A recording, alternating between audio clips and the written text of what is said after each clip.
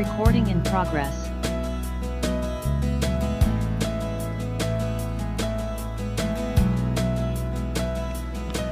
Please rise as you are able. I now call this meeting of City Council to order.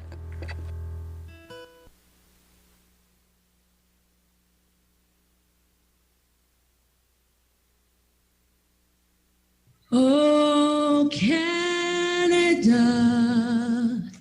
our home and native land, true patriot love in all of us command. With glowing hearts we see thee rise, the true north, strong and free. From far and wide, oh Canada, we stand on guard for thee. God keep our land glorious and free. Oh, Canada, we stand on guard for thee. Oh, Canada, we stand on guard for thee.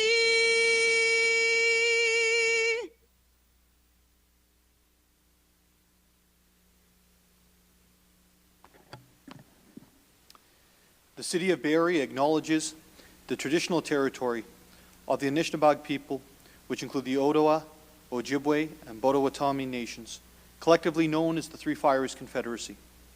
We also acknowledge the Wendat Nation Huron, who occupied these lands prior to the middle of the 17th century. We're dedicated to honoring Indigenous history and culture and recognize the enduring presence of Indigenous peoples on this land. We are committed to moving forward in the spirit of reconciliation and respect with all First Nations, Métis, and Inuit people. You may be seated.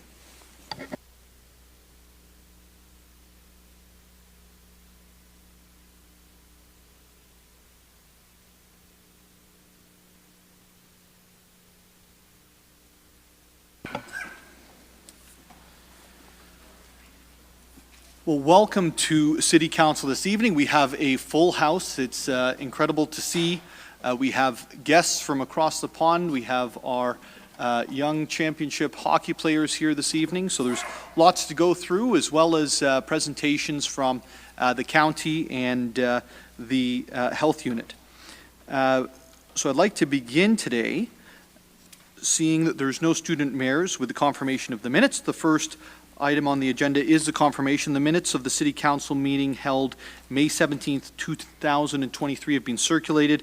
Are there any corrections to the minutes?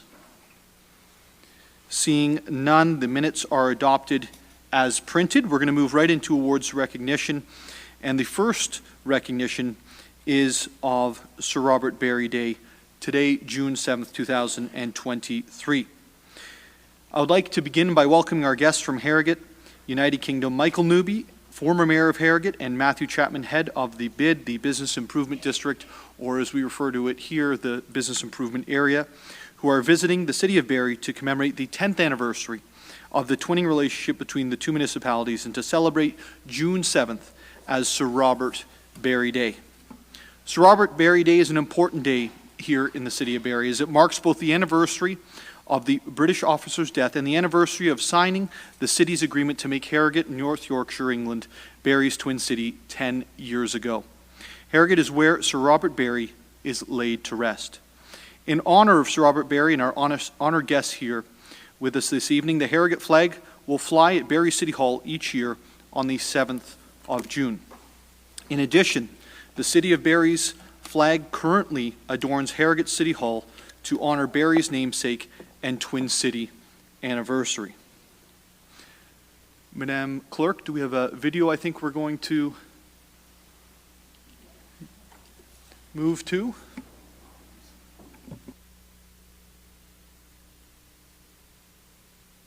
Why is the city of Barrie named Barrie? We are named after Sir Robert Barrie, who was a hero of the War of 1812. We can be very proud of Sir Robert and his reputation. Sir Robert Barrie comes to light in history during the Napoleonic Wars, in particular during the War of 1812 in North America. He was in command of HMS Dragon and had a squadron that was stationed in Chesapeake Bay during that war. You can see Sir Robert in a rowboat surveying the shore for installing batteries there. Sir Robert was so effective there that he sunk, captured, or destroyed 85 American vessels in 1814. This put such great pressure on Washington, and the Potomac goes up past Washington from Chesapeake Bay, that the Americans themselves withdrew part of their naval fleet from the Great Lakes and a large portion of their militia and army to defend the Washington area against the threat posed by Sir Robert Barrie and his Royal Naval Squadron. He was also instrumental in the 9-mile portage to ensure that goods were shipped from Kempenfelt Bay, where Barrie was made a municipality in 1833, along the 9-mile portage to the Nottawasaga River and then on into Georgian Bay. And that way the supplies were put in long flat-bottom boats and shipped to the British military establishments along Georgian Bay and Lake Huron. Sir Robert was made a Knight Commander of the Royal Guelphic Order by King William IV in 1834 upon his return. In 1837, he was promoted to Rear Admiral, and he became Sir Robert Barrie in 1840 when he was made a Knight Commander of the Royal Order of the Bath. Sir Robert died in Swarthdale in Lancashire on the 7th of June, 1841, and that is why Barrie today celebrates Sir Robert Barrie Day on the 7th of June. We have gotten together with our partners in Harrogate to celebrate the 10th anniversary of the signing of the twinning agreement between the City of Barrie and the Borough of Harrogate. On the 7th of June 2013, this twinning document was signed in Ripley Castle, which is part of the Borough of Harrogate.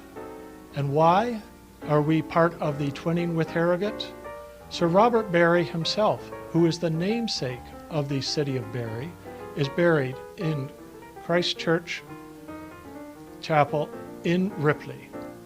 Sir Thomas Ingleby and a gentleman from Barrie named Jean-Maurice Pigeon were instrumental in having the twinning document signed at Ripley Castle on the 7th of June 2013. We celebrate the 10th anniversary this year, and this is an important milestone because it solidifies the bond that exists between Barrie and Harrogate. Thank you very much. Well, thank you for that video. Mr. Sargent, are you in here this evening? If you can just stand up, because I think you did a fantastic job.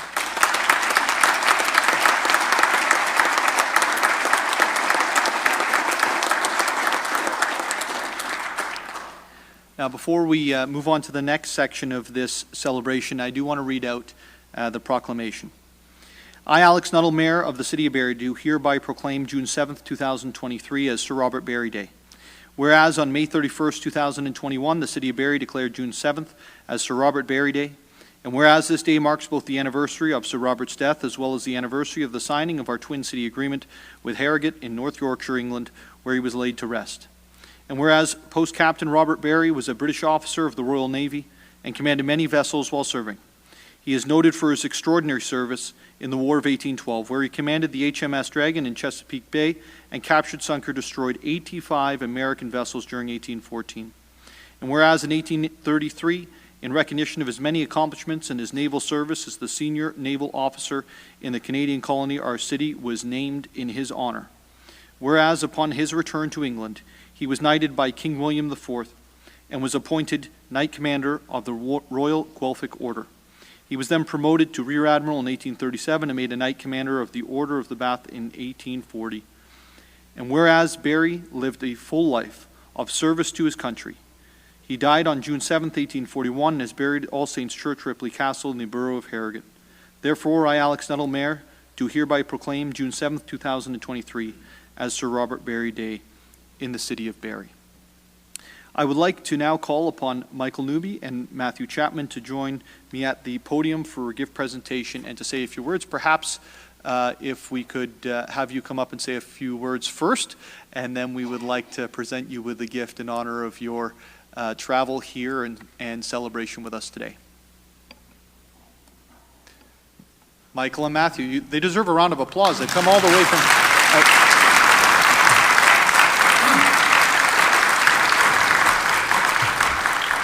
Welcome, gentlemen. Well, thank you very much. I've been asked to say a few words yet again. I mean, those who know me say that Michael Newby and a few words rarely appear in the same sentence. So does the meeting finish in about 2 hours' time? But can I say thank you very much? And I sort of feel honoured to be here on the 10th anniversary of the twinning arrangement to mark an increasing closeness between our two communities.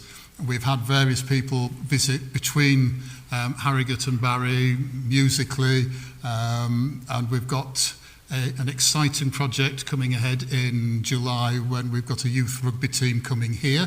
So I hope you'll all be out supporting them when they play various local teams, and then a Barrie team will be heading towards Harrogate next summer. So it's great that that's developing. I think the presence of Matt here shows that we're perhaps looking at things beyond culture and sport as to ways and opportunities that both our communities can provide to each other. So thank you very much. I feel honoured to be here and to be in a position to address council. Thank you.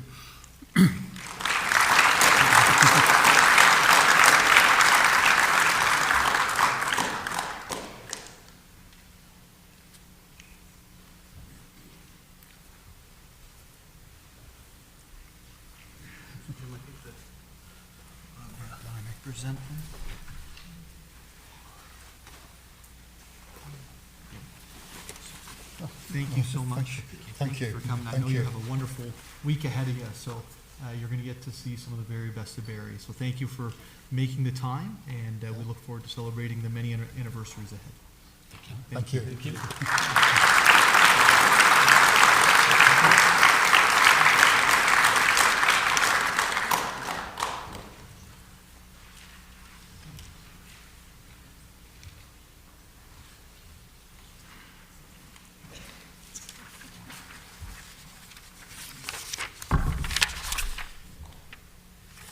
The public would excuse my back for a second. I'm kind of hobbling around a little bit, so rather than jumping up and down from the mayor's seat, I'm going to stay up here.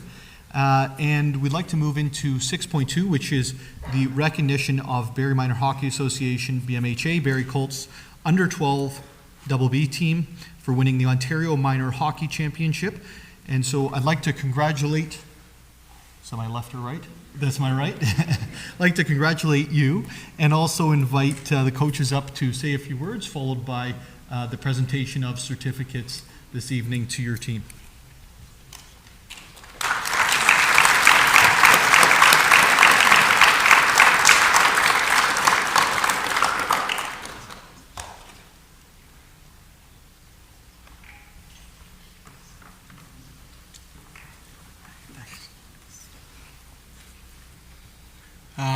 So thanks to the City of Barrie and City Council for this recognition.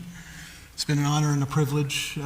It's an honor and a privilege to be here, but really the true honor and privilege has been leading these 17 young men all year.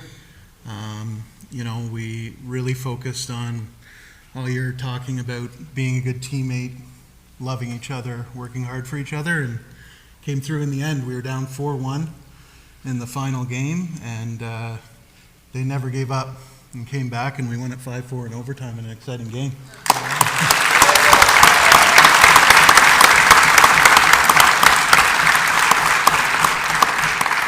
I'd like to congratulate the U13 team as well. Fantastic season, almost won the OHFs. And thanks to also the coaching staff for all the support all year long. It's been a lot of fun. If you guys, we harped to the boys all year. This is an opportunity that you may never have again, and really the true honor is all the friendships that you've made this year, and it's something, these hats are something that you guys will have to remember this year for the rest of your lives. So well done, boys, congratulations, and thank you.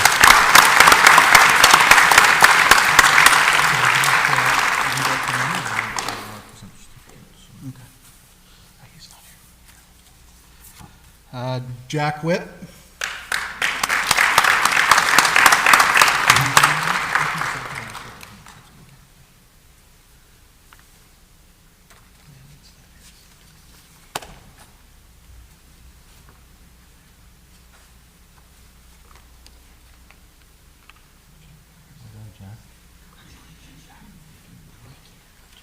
Eli Hardy Plummer.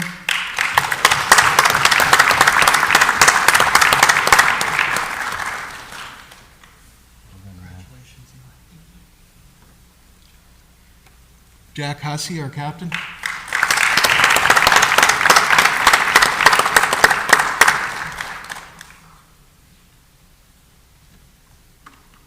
A lot of heart in that little body.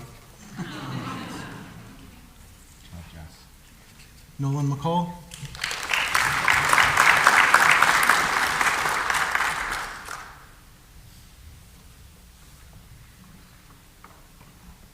Congratulations, Nolan. Owen Poliziani.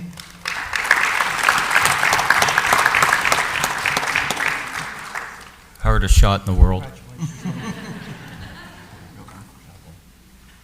Ben Sudsbury.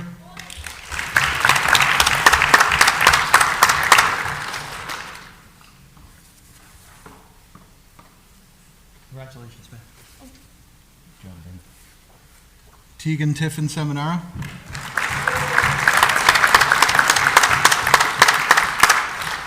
Congratulations, Stephen. AJ Lusick.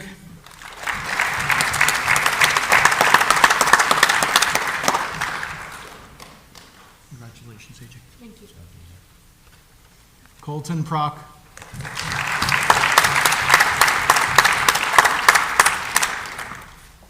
Congratulations, Colton. Thank you.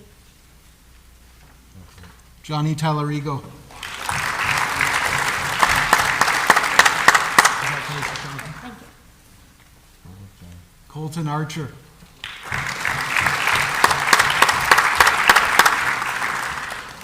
Congratulations, Colton. Thank you. Thank you. Will Mutry.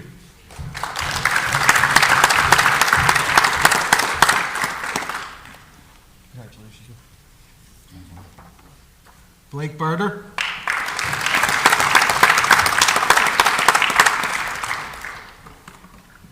Congratulations, Blake. Cooper Suggett.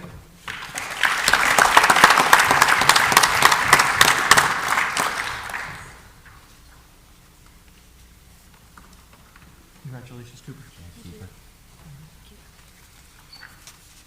Lee's not here. Lindsay Neal, our trainer.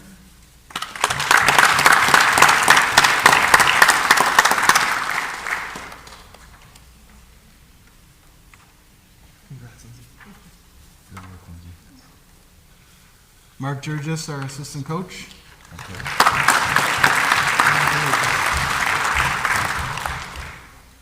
And I'm Wes Sudsbury, head coach. Thank you. Would you like to bring them down for a photo? Yes, that'd be great. Come You on guys down, want to guys. come down for a photo here? And usually we face that way.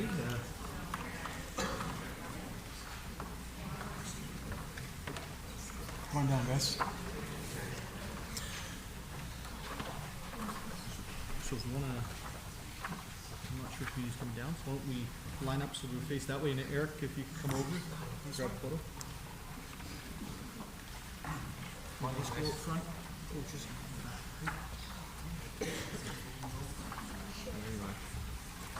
Don't hide, guys. Jack, you gotta come up front. Parents, you can come down.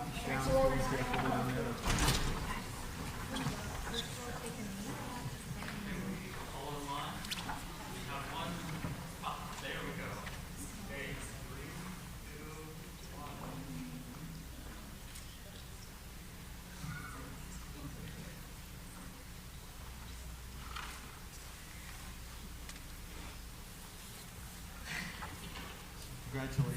Thanks very much.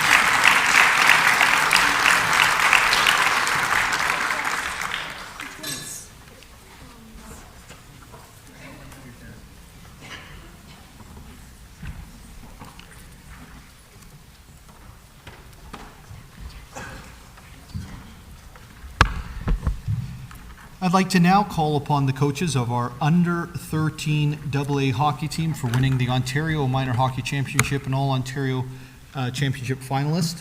And I'd like to call upon them to say a few words, and then we can go through and congratulate each of the players. Come on down.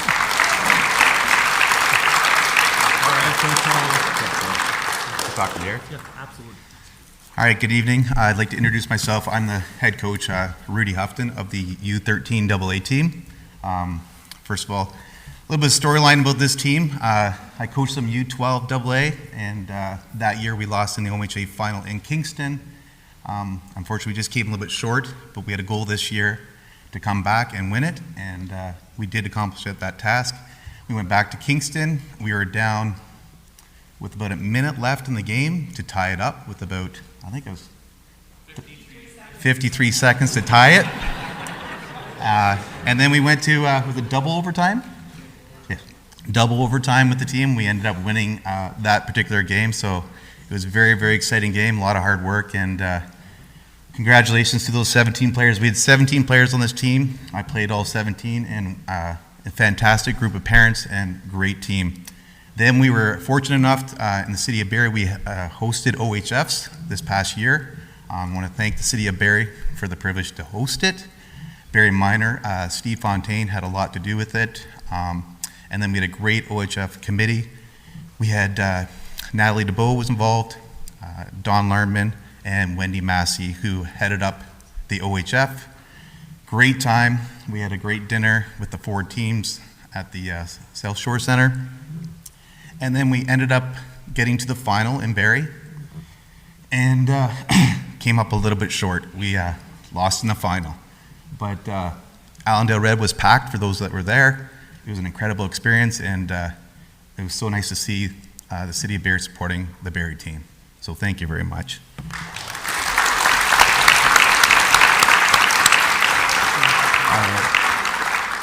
So to start off, I think, Cole Brown, would you like to come down?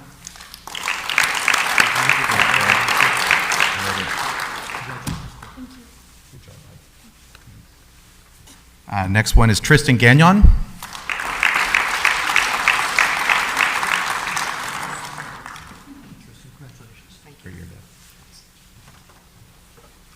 Next one's Alex Houghton.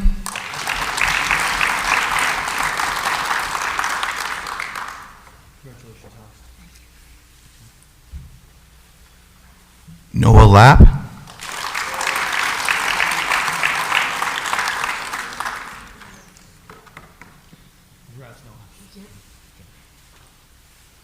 Jagger McCoy.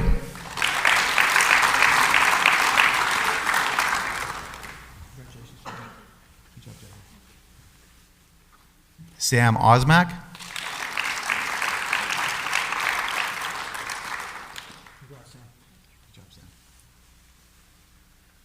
Nathan Pretty.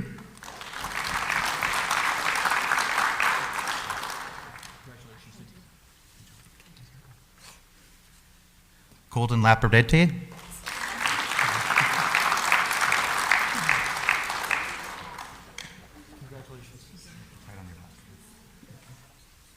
Our captain, Emmett Larman.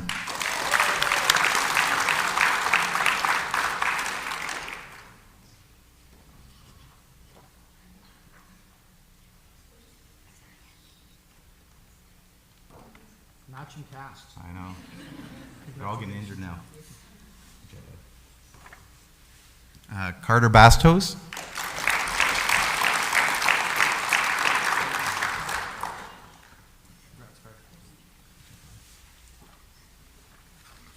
Ryder Davis.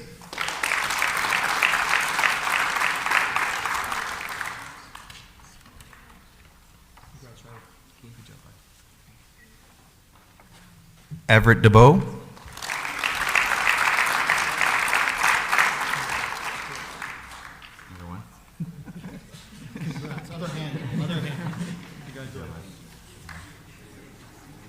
Noah Sherritt.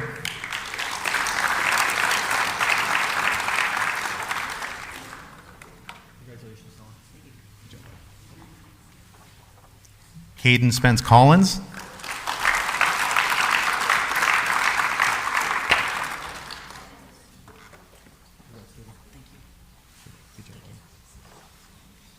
Kian Hanlon.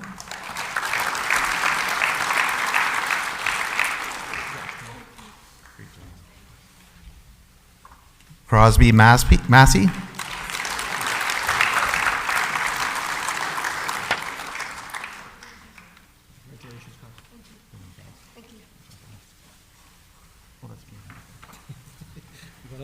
Okay. So I wanted to say thanks to my coaching staff. I had 5 great guys to help me out this past year. They did a lot in behind the scenes for this team. So I'd like to call them all up. So we'll start with Dave Laperdete. I never get his last name right. Thanks, Dave. Andrew Massey.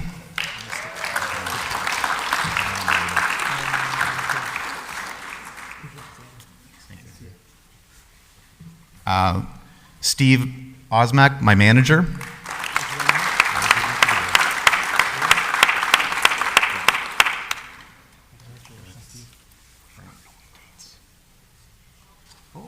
That's right. Actually, we forgot one player, Nolan Gates.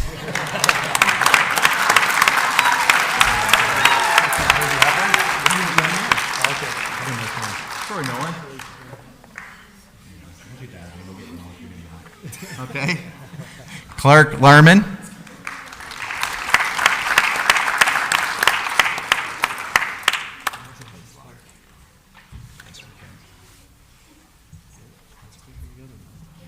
And my other assistant coach, Cameron Gates. Would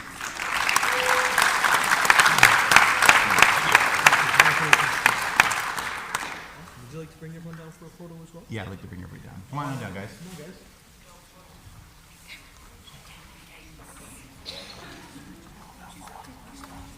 Come on, guys. You Cam Gates? Cam Gates. Come on in, guys. Yeah, no way. I didn't miss. I don't think.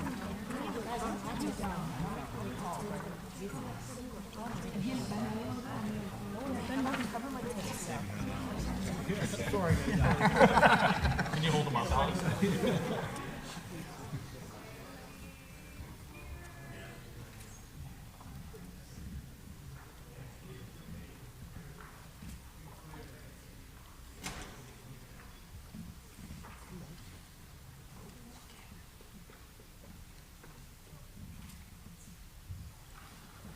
Great job, guys. Thank you. Did you get one already?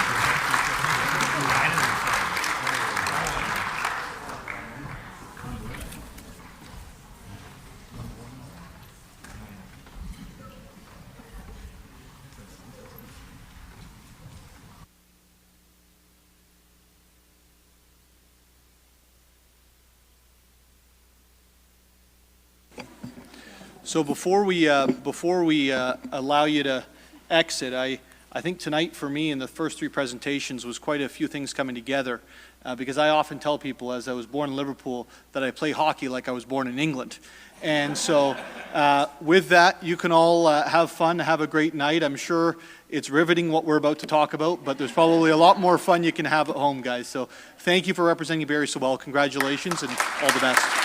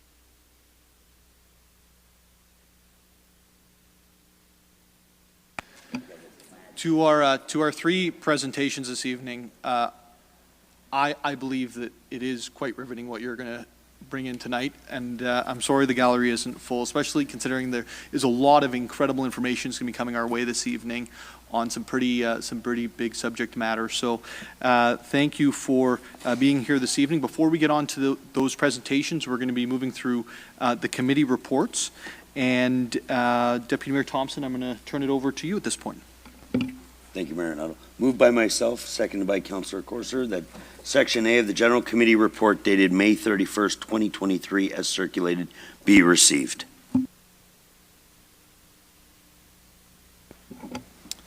It's moved by Deputy Mayor Thompson, seconded by Councillor Corser, that Section A of the General Committee Report dated May 31st, 2023, as circulated, be received. This is with regards to 23-G-115, the report of the Affordability Committee dated May 10th, 2023, as well as the report of the Finance and Responsible Governance Committee dated May 17th, 2023. Are there any questions or comments regarding these reports? Seeing none, I'll call the vote. All those in favor? And it passes. Deputy Mayor Thompson. Moved by myself, seconded by Councillor Corser, that Section B of the General Committee Report dated May 31st, 2023, as circulated, be adopted.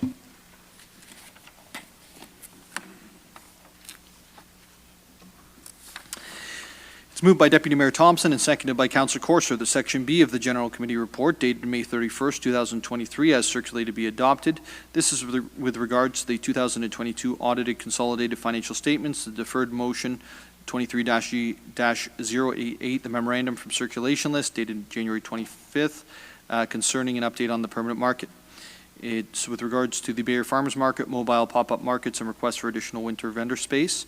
The zoning bylaw amendment, 17 to 27 Jacobs Terrace, the zoning bylaw amendment and draft plan of subdivision, 844 Veterans Drive, the public art exhibition 2024, the 2023 capital funding for the Dorian Parker exterior washroom, the capital project status report, funding request for project EN 1463, the Sophia Creek Owen tributary storm outlet from Memorial Square in Ward 2, the sports field allocation policy 5-year review, and the closed portion of McDonald Street Courthouse Parking Lot License Agreement, Ward 2.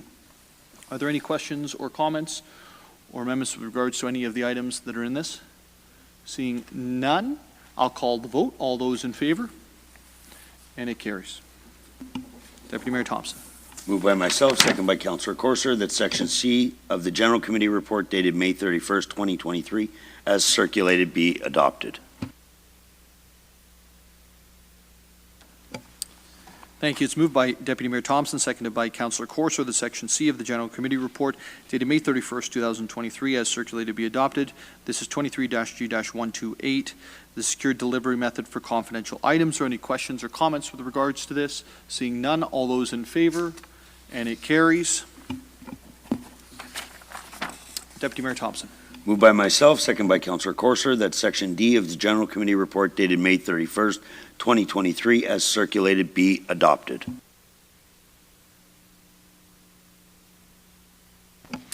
It's moved by Deputy Mayor Thompson, seconded by Councillor Corser, that Section D of the General Committee Report dated May 31st, 2023, as circulated, be adopted.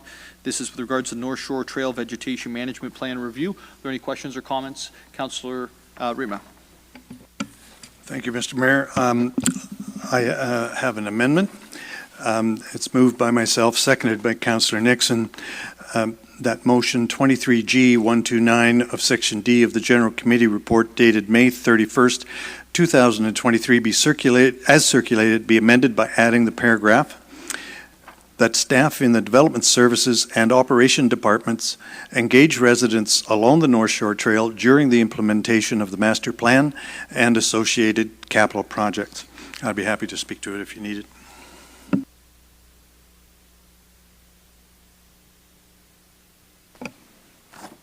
Thank you, Councillor Ritma.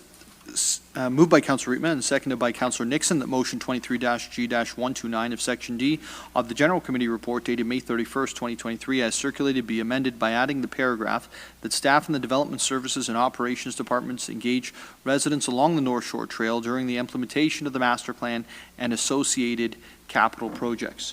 Would you like to speak to that quickly? Just very briefly, Mr. Mayor.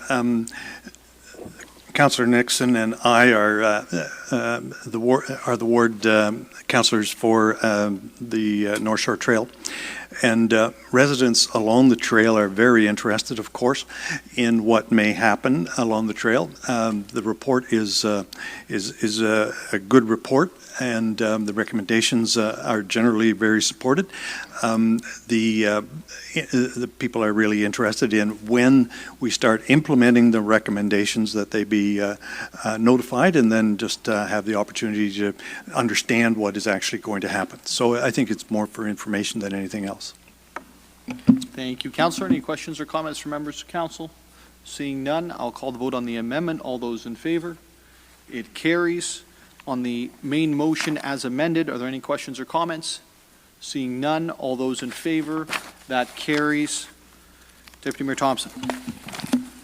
Moved by myself, second by Councillor Courser, that Section E of the General Committee Report dated May 31st, 2023, as circulated, be adopted. Thank you, Madam Clerk. It's moved by Deputy Mayor Thompson, seconded by Councillor Courser, that Section E of the General Committee Report dated May 31st, 2023, as circulated, be adopted.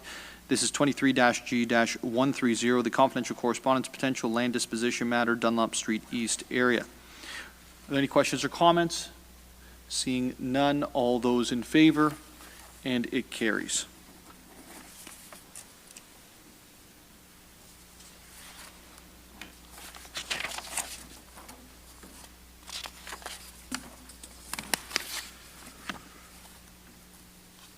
There's no deferred business this evening and no direct motions. So we're on to the presentations for the evening. There are three presentations taking place this evening. The first of which is from the Simcoe Muskoka District Health Unit concerning public health in Simcoe Muskoka. I'd like to call upon Scott Ward, Board Vice Chair, and Charles Gardner, Medical Officer of Health, to the podium to provide the presentation this evening. Gentlemen, you have 10 minutes, I'm told to remind you. That's what my notes tell me. And if you're running close, I'll give you a heads up and go from there.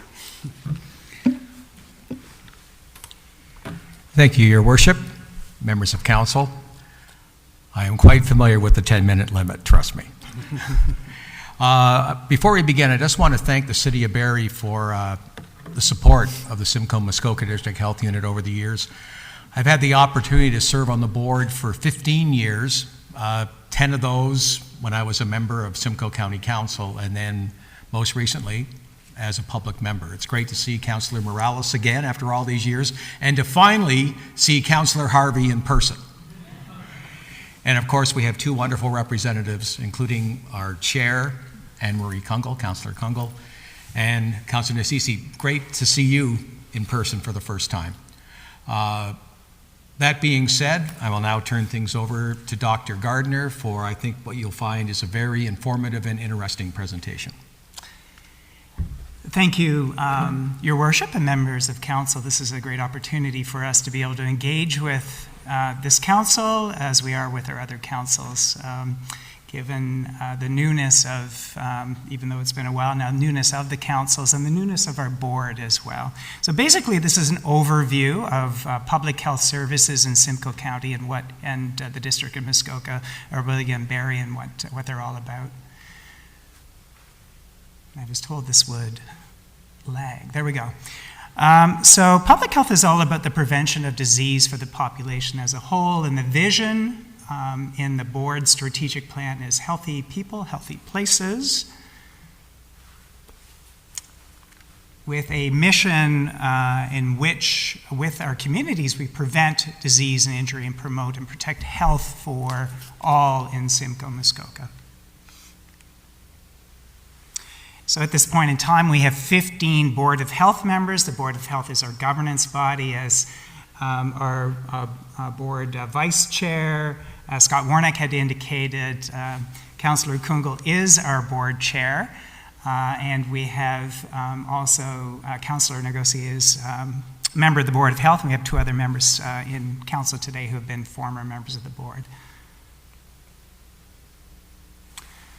So public health is about preventing disease, working with the population as a whole, but that plays out in many, many ways. It really takes you to the determinants of health. And all of that is codified within provincial legislation, the Health Protection and Promotion Act, that enables the existence of boards of health and health units, and is supported by the Ontario Public Health Standards, which dictates the programs that we are to provide to prevent disease in the population as a whole. And it plays out with regards to a lot of things that we would do with municipalities. And I would say that municipalities are the driver behind one of the two most important things we've ever done as a species to improve our health, and that's safe drinking water. The other major thing is vaccination. So we have a foot in what municipalities do, and we have a foot in what healthcare does. And then, of course, there are many, many other things that we do as well. And, community emergency preparedness and response would be another area that we share with municipalities. And if you think about adverse weather events, or at this point in time, air quality is an issue, that can impact on municipalities. Certainly you can get crises that affect municipalities. You can have flooding or tornadoes, which have affected the city in the past. And public health units are involved with the planning process and in support and response to such events. We also, of course, are heavily involved in infectious disease, communicable diseases, vaccine-preventable diseases, and so that takes you to, of course, pandemics, and the pandemic that we're just emerging from at this time. And there we have a heavy overlap with healthcare, but also, once again, with municipalities, and that this municipality, like many others, was very involved in many aspects of response to the pandemic. We do food safety, water safety, response to other health hazards, environmental health hazards, and working with young families for child and reproductive health. So many, many ways that we prevent disease for the population as a whole. And so, this image captures a sense of all of that, working in the community in all of those ways, including a lot of media work and a lot of engagement with other organizations and stakeholders. So we are emerging from the most severe pandemic of a century of our lifetime. And certainly that's affected ourselves in Simcoe Muskoka with over 700 deaths that have occurred. And sadly, there are still deaths that are occurring from COVID-19, even though the World Health Organization on the 5th of May declared the emergency over. And in fact, we had more deaths occur in 2022 than the first 2 years of the pandemic. So the Omicron wave was by far the most severe and deadly, even though on a case-by-case basis it was less severe. It was so much more communicable. And even into this year, we were having between 2 to 11 deaths a week. It's only been in the past month or so that we've finally fallen off below that level. And finally, with our monitoring tool, have fallen down between what we call lower and moderate. We don't have a low rating. Lower is as low as it gets. So oscillating at that point between those two settings.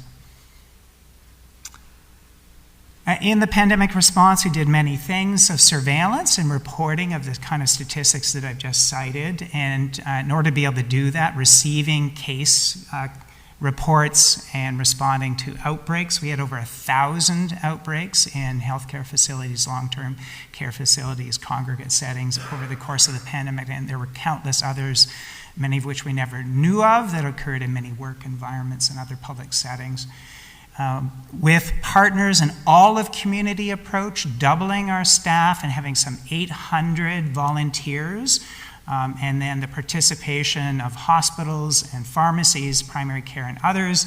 We vaccinated over 80% of the population and administered over 1.5 million doses of vaccine. And it's been estimated by the Chief Medical Officer of Health that without that kind of effort, we might have seen a 20-fold higher level of mortality or 13-fold higher level of hospitalization without all of the things that we all had to do together to respond to the pandemic. So as sad as it was to have those deaths, it would have been much, much higher without all that we did. And a lot of engagement, including with municipalities, as I'd already indicated. So we're in a recovery phase as a society and also as a health unit, and it's really, although we had hopes of, with a recovery plan of getting underway with that, even in 2021, it's really only been over the past year or so that we've been really able as a health unit to start to get back to our other programs and to start to get our staff deployed back from the COVID response. It's really been the beginning of this year that we've had them all come back to their program delivery. And so picking up on all of these programs is very much a part of our recovery, re-engaging with partner agencies, retraining of our staff for the positions that they had left, and allowing them time to do their own personal recovery, assessing all the way along how we'd been doing as a health unit in the response to the pandemic, and now beginning to report on that to our partners as we plan again for events such as this to come, or even just the viral surge to come in the fall. And also doing some planning with regards to our financial needs as an agency. All of that is part of the recovery framework, and we will be taking to our board later this month a draft strategic plan for the board's consideration as well to supersede this recovery plan. So, among the programs that we've had to put effort into recovering is immunization. So we've always had very high immunization rates of children in our population, young children, children in grade 7 and 8 for whom we provide vaccines right in schools.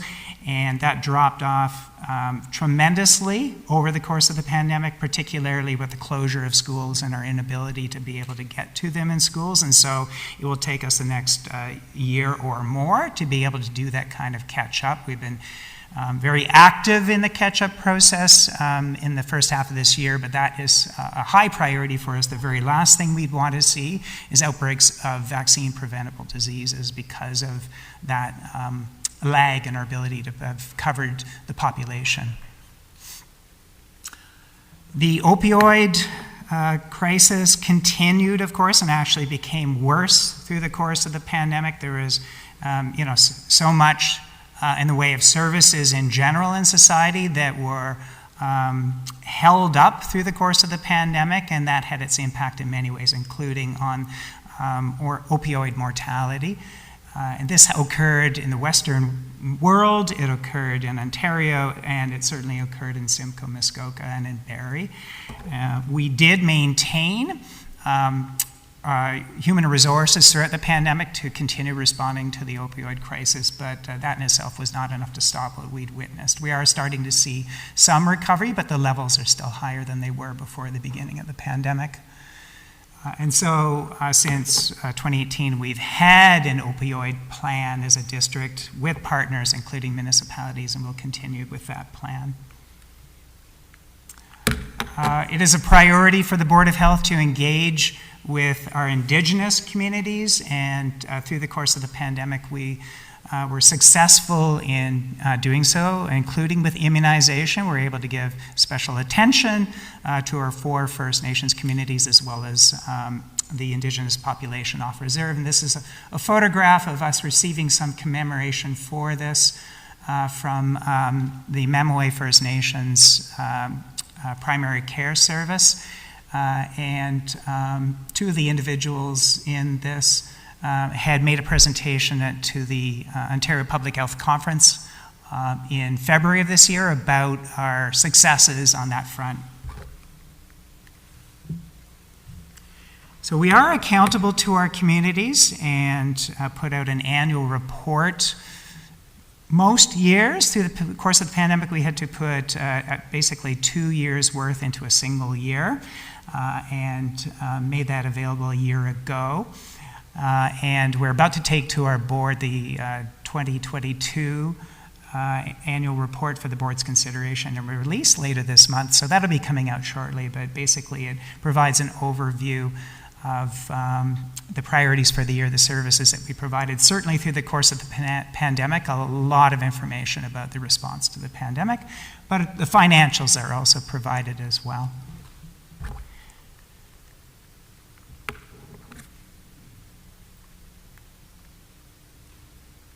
Should be one more coming.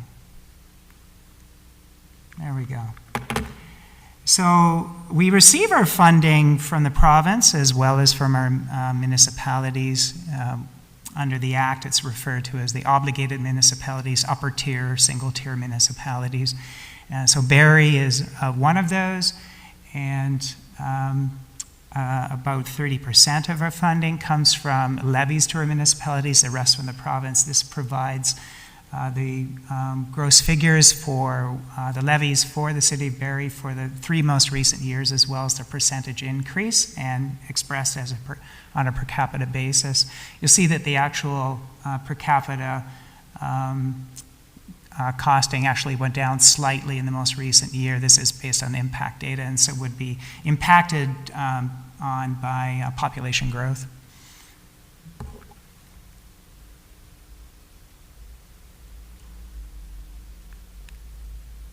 So in closing, the Simcoe Muskoka District Health Unit is committed to working to achieve excellence in the delivery of public health programs and services.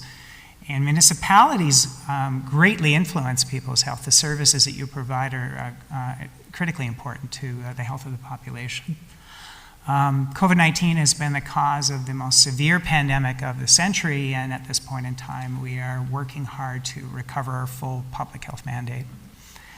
Thank you very much for this opportunity to address you, and I'd be happy to take any comments or questions.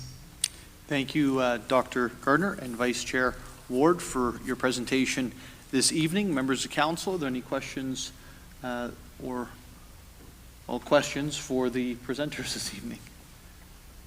Councilor Morales. Thank you, Mayor Nuttall. Thank you, Dr. Gardner, and I was going to say Mayor, Councilor Warnock, sorry. Mr. Warnock, it feels weird. It's kind of a common question, but I actually found my old notes from the health unit, and I think everybody will appreciate this. It's kind of a time capsule. So this is the strategic report that we must have done in 2014-15, and it just goes to show how long-term planning always is at the core of what the health unit does.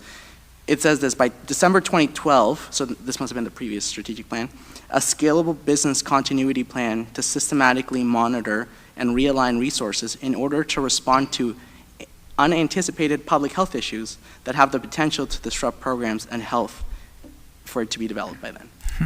Wow. So, yeah. I'm sure that no one saw that coming in 2012, but that kind of speaks to the foresight that obviously the health unit has had. What do you see being the best thing that the city of Barrie can do, and just moving forward for public health? I know it's a broad question, but what I mean by that is the health unit was kind of, I don't want to say always an afterthought, but something people maybe took for granted, not necessarily the city, not necessarily residents, but just kind of society as a whole. And you guys became at the forefront of what we went through with COVID, and seeing your face on TV or the news every other day, it must have been exhausting. And I'm glad that in the presentation you said not just yourself but your staff as well. So, if you could tell politicians, and you have a crowd of them here, what would you say they can do to just make public health and better in general, just a little bit easier to implement? Thank you through your worship. Thank you, Councillor Morales, for your question, and your reflection was very interesting. Actually, that particular reference came out of a previous pandemic, a much milder one, the H1N1 influenza pandemic of 2009, in which we didn't take into credit with our strat plan that things like that can happen. So therefore, we learned from the past, and hopefully that would be helpful for the future. And in fact, when I first arrived here in 2006, we did pandemic influenza planning and exercises. So we've been waiting a long time for severe pandemics to come. And looking ahead, I think, is critical. And you've asked, what can council do for public health? I would say you could answer that in 2 ways. One is to support the health unit. You support the health unit with the levy that you provide, and that is very much appreciated, and also with the membership and the governance and leadership that you provide through your councillors who are on our board. And I think that continuing to do that, of course, is of critical importance to us. At this point in time, we have uncertainty about our finances. We have uncertainty about the finances coming from the province.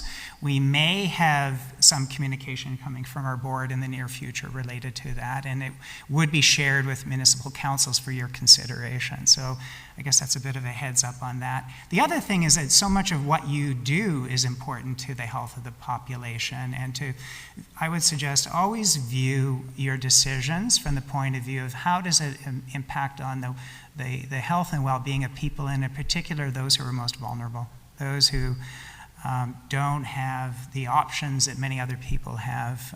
What can you do to ensure accessibility to the programs that you offer or the services that are available in the community?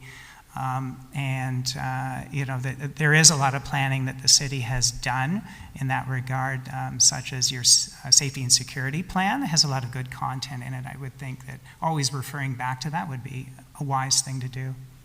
Thank you, Dr. Gardner. Mayor Nuttall, he took my lackluster question and made it sound like it was worthwhile, so thank you, Dr. Gardner. Thank you, Councilor Morales. Any other questions? Councilor Harvey. Thank you, Mayor Nuttall, and thank you, Dr. Gardner and Mr. Warnock, and actually for your leadership through the pandemic. Obviously, as a board member, I had a front row seat watching how you maneuvered through a very interesting and difficult time to be able to get your staff to pivot to where they did and slowly pull them back into the places where they were supposed to be in the first place if we didn't have the big P happen to us. Because hopefully we can stop using that word, I hope, and we can get on with life as we once knew it.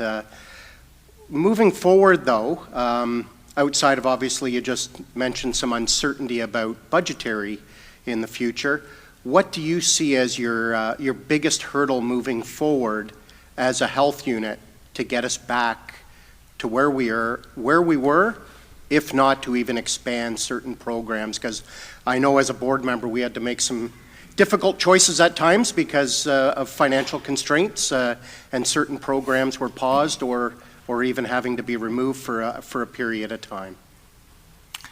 Through you, Mr. Mayor, to Councillor Harvey, thank you very much for the question. I think just allowing us time of stability would be helpful, and we really position to the province we need a time of stability. We need a time in which there isn't a major change that is brought forward from the province on public health, on its structure, on its funding. We need the time of stability and certainty to be able to allow our staff to recover and allow all those connections to be reestablished with our other partners and to get our programs fully up and running. I guess asking that there be minimal change would be the plea that I would have, rather than having perhaps in the year to come an abrupt change of some kind. You might recall in 2019 there was a call from the province to modernize public health and to change boundaries and to have mergers, and this health unit would have been heavily impacted by that, and that did not take place, and perhaps the timing of the pandemic played a role in that. And so I would reposition that we need a time of I would hope at least the next 2 years of stability to be able to fully recover. Great, thank you. And I couldn't agree with you more that if there was one good thing that came out of the pandemic was the fact that the restructuring at the provincial level obviously was forced to pause, because I'm not sure that us merging with York Region was necessarily in the best interest of Simcoe County or our friends to the north in Muskoka. I think Mr. Warnock wants to add something to that. If I could, as I said, I have worn both hats. I have worn the hat as a municipal representative when I was at the County of Simcoe, and now I'm a public member appointed by the province of Ontario. So I've been on both sides of every discussion. One thing that also came out of the pandemic and the recovery is the need to build capacity into the system. And it's right across the healthcare system. Whether it's primary care or public health, it's building capacity, because it has never been more clear or more painful, the lack of capacity in the system right now. We've all probably seen it, we've all experienced it, and the only way we can build increased capacity is with a stable financial situation. Because you mentioned, Councillor Harvey, and you're very correct, we had some very, very difficult decisions to make as a board over the last couple of years.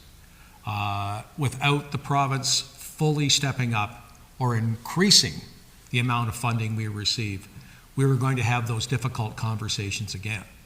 And at the end of the day, it's the general public that suffers. Because you take it out of the system, you have a darn hard time getting it back in. Great, thank you. Thank you, Councillor Hart. Councillor Kunkel. Thank you, Mayor Nuttall. So it's funny to be on the other side. So I'll keep my municipal hat on for my questions. But again, thank you for coming here. And I do appreciate that the board is making an effort to kind of connect with obligated municipalities, and I think it's good for the public on evenings like tonight to understand, why sometimes we don't hear from public health at budget sessions when we also hear from service providers, and that there is a really formal structure of funding that is required between provincial and municipal, and what that means. So I appreciate the time around engaging municipalities. The other piece, just in reflection around, I think, carrying on the conversation with Councillor Harvey around, protecting capacity. And I also think in my own reflection as a councillor through the pandemic is not just, protecting capacity, but maintaining it. And so, how do we, think about public health as an essential service, and what could that look like in the future around our ability to be responsive in our communities. And so hoping to see, and for those that are not aware, I think the public health conference is happening next week, and then the timing in general is good as we look at AMO, the Association of Municipalities of Ontario conference in August, and carrying on conversations coming out of the pandemic about the current state and the future state.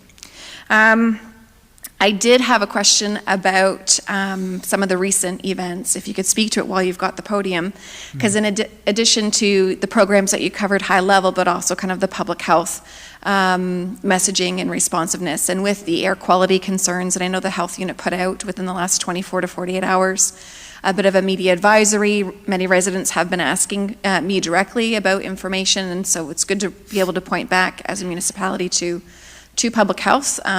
Is there anything at this time to kind of highlight to the public around what we are feeling, smelling, and seeing around air quality, and just any good public health safety reminders?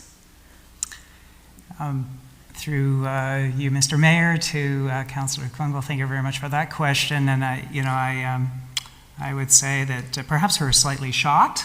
It's one thing to sort of see in the media that there's something happening out west, in Alberta, British Columbia, or then in Nova Scotia, but then to have it on your doorstep, it makes it feel close to home. And indeed, we are experiencing adverse air quality at this time, right here in our own community.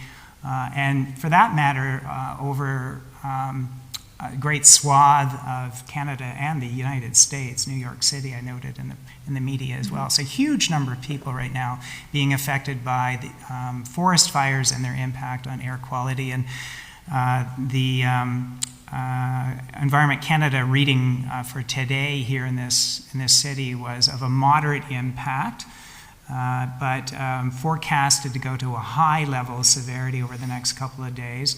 Already you can sense it by going outdoors, and so I am concerned what that would be like tomorrow or the next day if it becomes that much worse.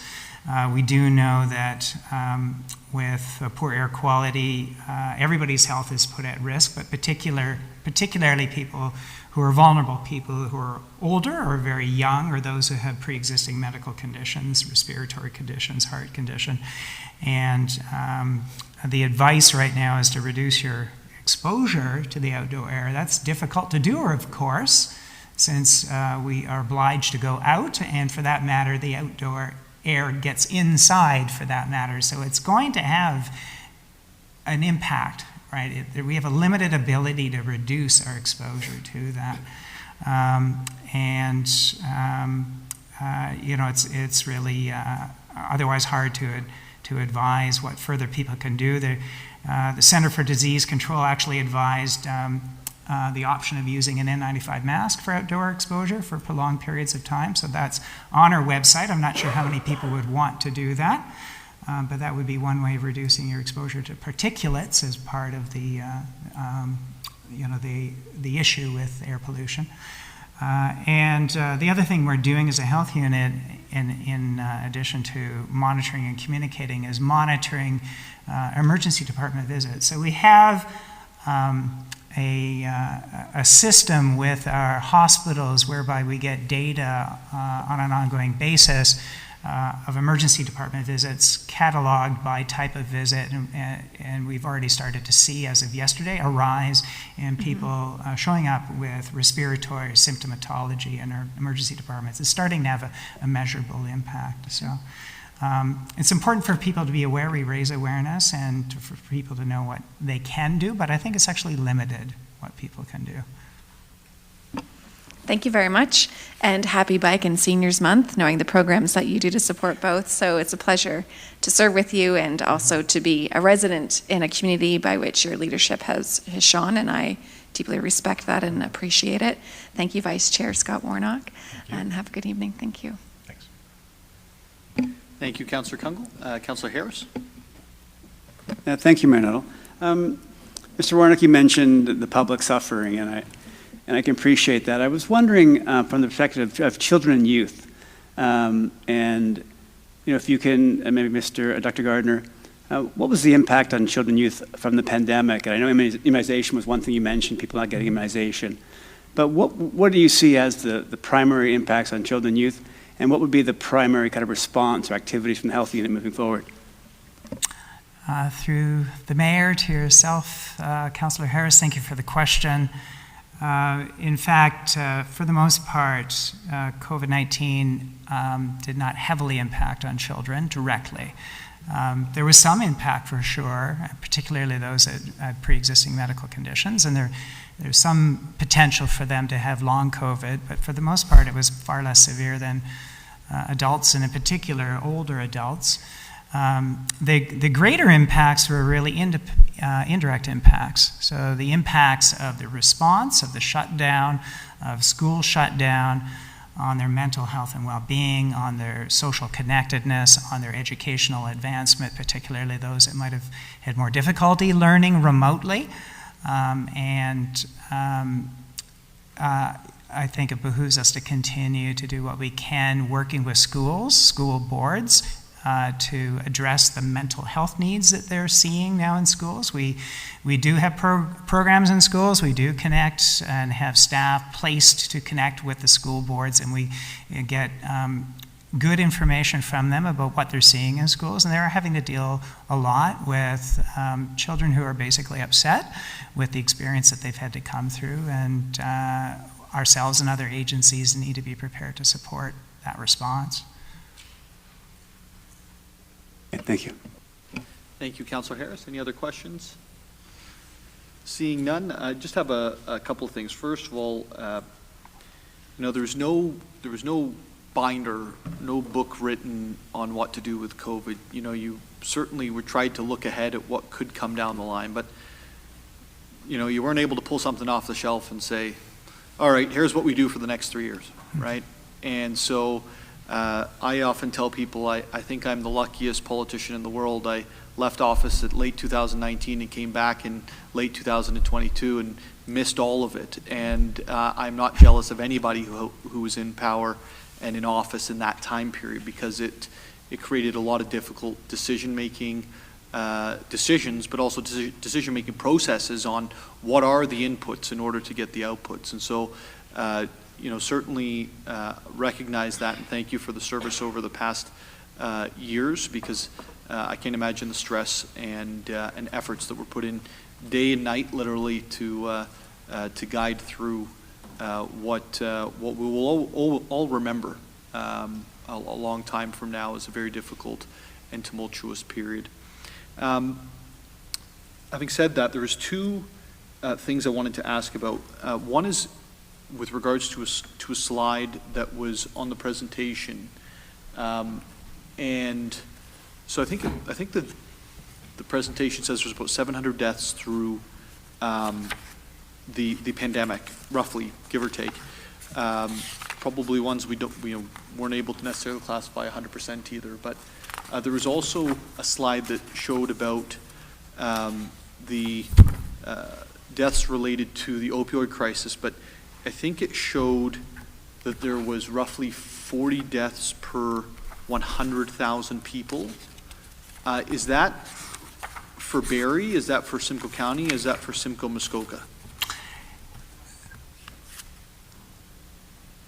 So, Your Worship, it would be for all three. It would be for the province, for Simcoe Muskoka, and for Barrie. We had three lines superimposed in the same graph. So it's later on in the presentation if you wanted to get to the opioid slide. There you go. That's it. Expressed as a rate per 100,000 over time. So you can see how it changes each year. You can see that in all three jurisdictions it went up through the pandemic, before the pandemic, and through the pandemic. You can see also that we in Simcoe County, Simcoe Muskoka are higher than the province, and Barrie is higher still. So to sort of round it out, if I can, taking the scope of the slide, we're talking about roughly 60 deaths a year averaged out over the last 3 years with regards to opioids in the city of Barrie. Yes, Your Worship. Okay. And where it went up and then it started to come back down, do we know what the inputs are for that, and do we see it? What do we see right now? Are we seeing an increase over last year, something steady? I know we're only halfway through the year, or not even halfway through the year, but what are we seeing on the ground at the moment? Your Worship, we are continuing to monitor it on a weekly basis with a bulletin internal that looks at toxicity and mortality in comparison with the past, basically seeing a continuation at quite a high level. So it's certainly not abruptly dropping and fluctuating, of course, as you would anticipate from week to week when you look at something from week to week. So the expectation is this year would probably be somewhere around that average of 60? I would hate, Your Worship, to, I'd rather get back to you with an accurate figure rather than off the top of my head. And I didn't send this ahead of time, so I completely get that. If you can maybe, even in July, just say, hey, the first 6 months of the year, this is where we're at. Because obviously that's a huge piece. And one thing I do want to highlight, because it was, I think, quite a shock for the county and for the city. And I think there's a piece here where we actually have the county, have the city, have the health unit all in one place at one time, where we did receive an 86% increase in our homelessness prevention, which would certainly not go directly to you, but play in around some of the programs and services that you're providing out in the community. And so my hope is that as that funding, I don't know what the health care and health sector funding is for necessarily your organization from the province, but hopefully as some of these dollars hit the ground, we can make sure there's a collaboration between everyone to ensure those dollars are best spent, most effectively spent, and most efficiently spent to help individuals who are experiencing homelessness, which obviously has a tie-in, not all the time, but some of the time, with the drug-related items we're seeing in the community. So thank you for your presentation this evening, and sincerely, I wish you all the best, and thank you for the work that you do. Thank you, Your Worship. Members of council, thank you.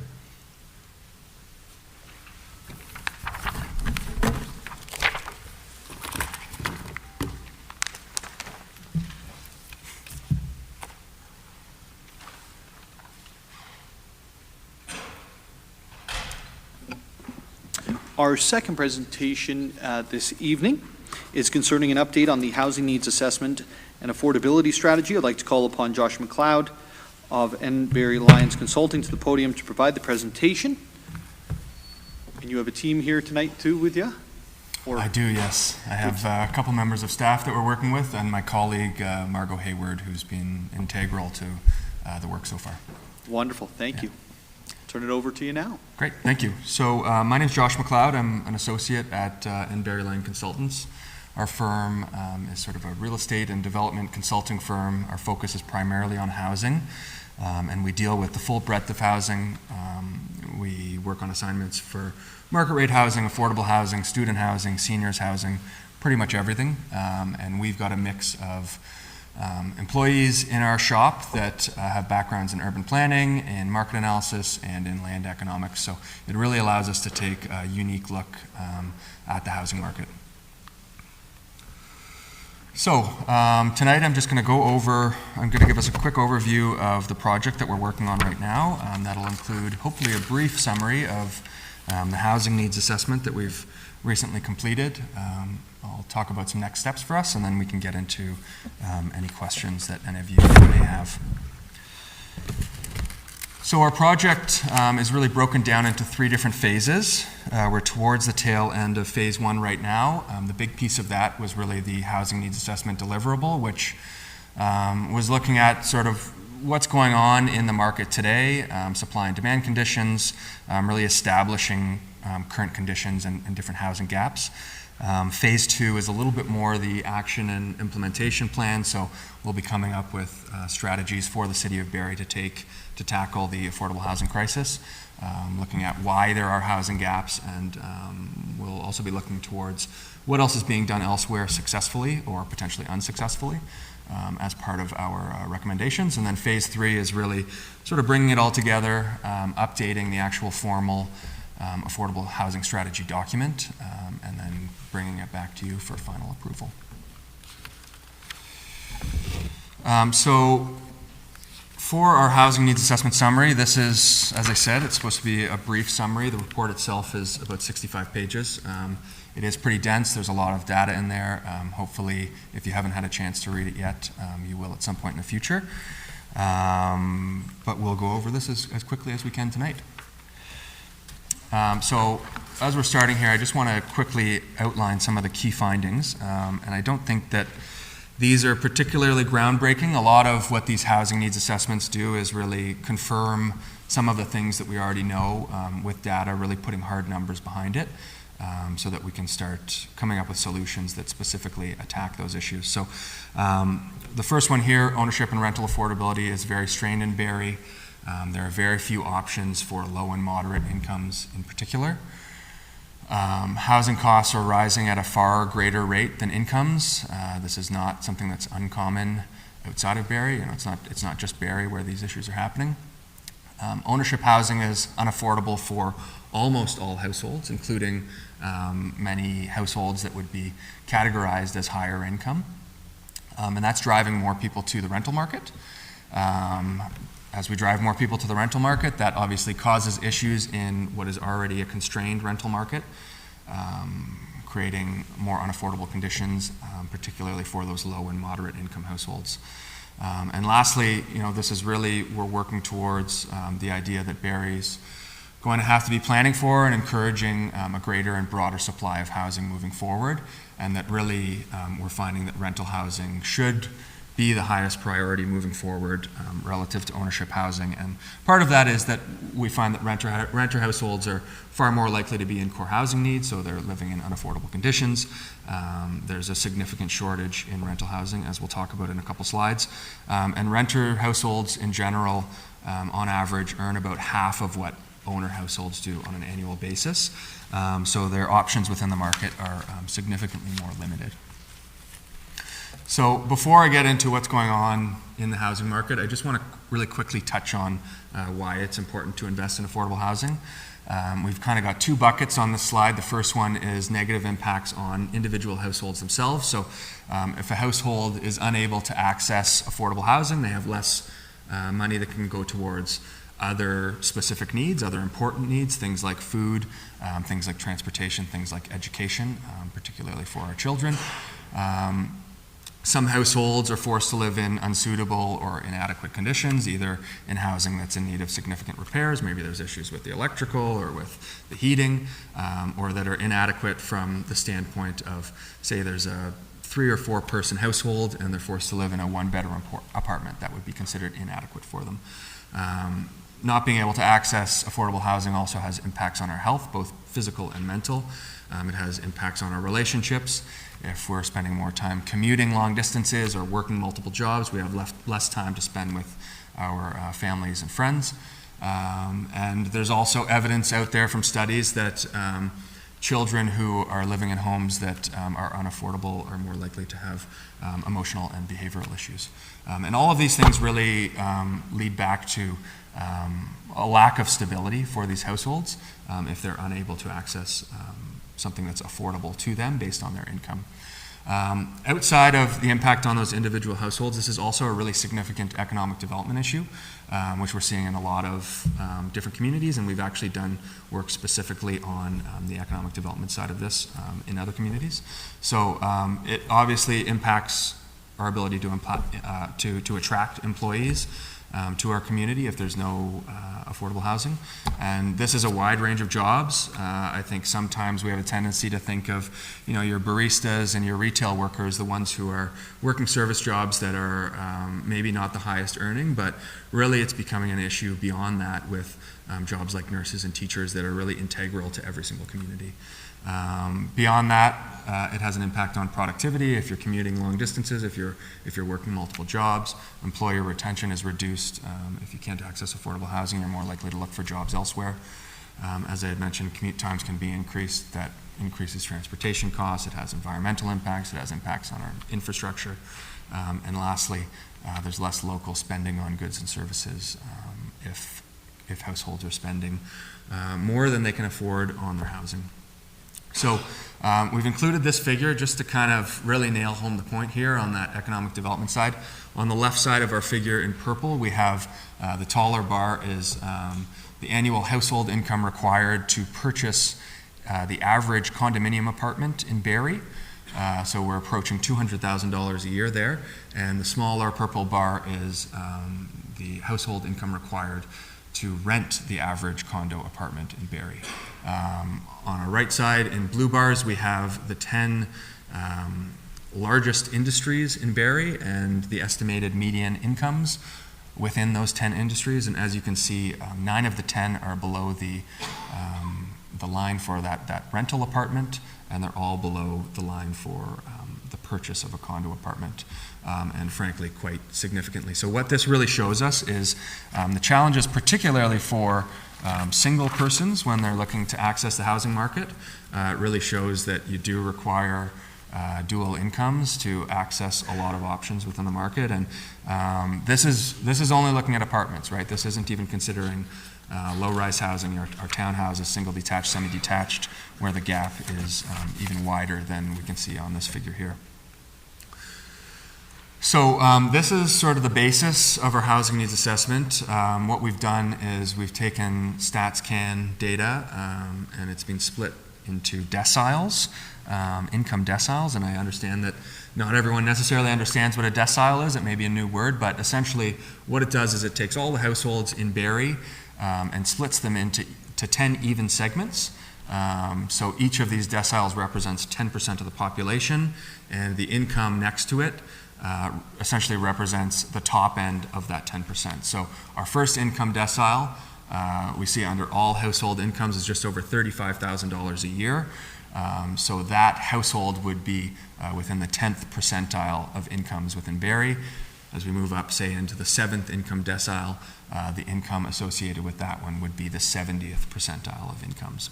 So we have two tables here. One is for all households, one is for renters. We use the all households data to determine what is affordable from an ownership perspective. And the reason that we're not looking at just owners is the idea that renters should also be able to potentially access the ownership market at some point in the future, whereas the renter households are specifically used just for renters. On the right side of each table, we have information on affordability thresholds. Essentially what we've done is applied a 30% of gross income to each of the deciles to understand what their affordability threshold is from an ownership and rental perspective. Rental is a pretty straightforward calculation. It's just 30% of income divided by 12 months. The ownership one takes into a few other factors: interest rates, property taxes. Obviously, we know that interest rates are on the rise right now. Bank of Canada had another jump today, quarter point. So those are the things that are taken into account here. And I'll just point to moderate incomes, for example, on the ownership side. Each of those deciles are below $400,000, and I think that we probably all know that there's very few options within the market at numbers like that.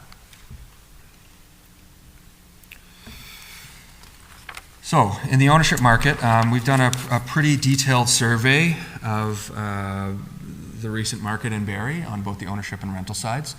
So from an ownership perspective, we looked at both new, sale, and resale. I'll talk mostly about resale tonight, since that's what most buyers are looking towards. Really, the supply of ownership housing is not meeting demand, and that's nowhere more clear than in our figure to the top right here, where you can see the benchmark prices for resale homes in Barrie over the past 15 years or so. And we can see that there's been quite a significant jump in the last few years, and particularly in the last 10 years. So over the past decade, the benchmark price in Barrie for a resale home is up over 170%. This is compared to incomes, which have increased at about 34% over the same period. That 172% includes the recent drop that you can see in this figure throughout 2022 and into early 2023 as the market adjusts to higher interest rates. So despite the drop, we're still at really a huge amount of growth over the past decade, and particularly over the past few years. That recent price decline, while some may think that that brings a little bit of more affordability to the market, we can see in our table to the bottom right here that it really does not. We've modeled for you the benchmark price at the peak of the market last year, which was $946,000, and the March 2023 average of $735,000. So we're looking at a difference of just over $200,000. And when we apply a higher interest rate against it, we're essentially coming out at an even number in terms of a mortgage rate. So despite the fact that prices have gone down $200,000, it is not more affordable for households out there today. And as I mentioned, the lack of affordability, it does push people to the rental market, which we'll see is already constrained. Just a couple more numbers for you. 20% to resales from the data set that we had for 2022 were above $1 million in Barrie last year. 54% were above $800,000, which is considered unaffordable even to the 9th income decile. And only 1% of resales were below $400,000 and affordable to moderate income deciles. And those units that were priced under $400,000 were primarily studio and one-bedroom condo apartments. There were a few low-rise homes that did trade at that number, but obviously those types of units work for some households, but they won't for couples with children or other families, larger households than just singles or couples without children. So we've put together some tables like this, which you'll see a few times tonight. This one's for ownership, and it breaks down on the left side the average prices for a variety of different housing types, both in the new sale market and the resale market. Above we have our 9 income deciles with their affordability numbers below them. And red on this table means that that the average price of each of those unit types is unaffordable. Green means that they are affordable. So looking at the ownership market, this is pretty grim. There's a lot of red on this table right here. Even that 9th income decile has very few options as of today in the ownership market. And again, this isn't to slag on Barrie. This is not a Barrie-centric issue. This is a regional issue, a provincial issue, a national issue. This is a trend that we're seeing basically everywhere. The rental housing market. So one thing that I think that we were surprised to see was that Barrie's rental market has only added 350 net new units to the purpose-built rental supply over the past 20 years. So I say net new, you've built more than 350, but other units have been pulled out either through demolition or conversion to condominium tenure. So that's really not really adding any. Barrie's at about 4,200 purpose-built units as of right now, which is only enough to house just under a quarter of your rental population. So more than 75% of renter households in Barrie are turning to the private market or the secondary market and renting from investors, let's say, or renting someone's basement apartment. And as important as that segment is to the housing market, it doesn't provide renters with the same security of tenure or on-site property management, those things, those benefits that come with the purpose-built rental market. Part of the reason for that lack of new development is just that condominium tenure buildings have become much more appealing for developers to build. It just makes a lot more sense financially to build them. It takes less equity. It's easier to get financing. They actually cost less. There's costs associated with rental buildings that condo developers do not have to deal with. And those are all problems that are really holding back purpose-built rental development all over the province. We're seeing that just like in the ownership market, rental rates are rising rapidly in Barrie. A lot of options are now over $2,000 a month, and just so everyone understands, $2,000 per month is considered affordable for a household that earns $80,000 or more per month. We've got some examples on the right side here of some average prices for a few different types of rental types. So you can see in a newer purpose-built rental, all of the unit types are averaging over $2,000. We get a little bit of relief in the older buildings. And then when we get into the secondary market, again, we're mostly above $2,000, particularly when we're into low-rise homes that are being leased out. Vacancy is tightening in Barrie, particularly over the past decade. 9 of the past 12 years has been below 3% vacancy. Typically 3 to 5% is considered balanced conditions, but I would say that we're firmly below balanced conditions at this point. And even if we were to reach, let's say 3 or 5%, when we're looking at a stock of 4,200 units, it really doesn't provide that much relief in the market. Renter households, it's also important to consider that they're really driving household growth in Barrie over the last 10 years. They've essentially accounted for the entire household growth in Barrie. Barrie's seen an actual decline in owner households over 10 years. That's a minimal one, but it is a decline, whereas renter households have grown by about 5,500 households over the past decade. And lastly, as I'd mentioned earlier, renter households are far more likely to be in core housing need than owners. So back to our green and red tables here. For the rental market, we can see that there is more green, but certainly it's dwindling, and it's primarily focused in our high income ranges into the 7th, 8th, and 9th deciles. Once we're into the moderate income and low income, certainly there are fewer and fewer options within the market, and the ones that are available tend to primarily be smaller unit types, which again aren't necessarily suitable for, say, a family.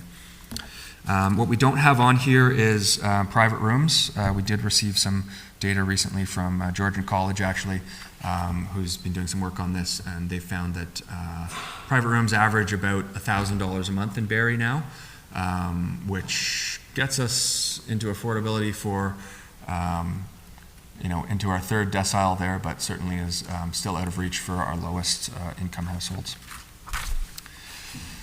Lastly, I just want to touch on just community housing. Barrie's got about 1,265 rent geared to income units.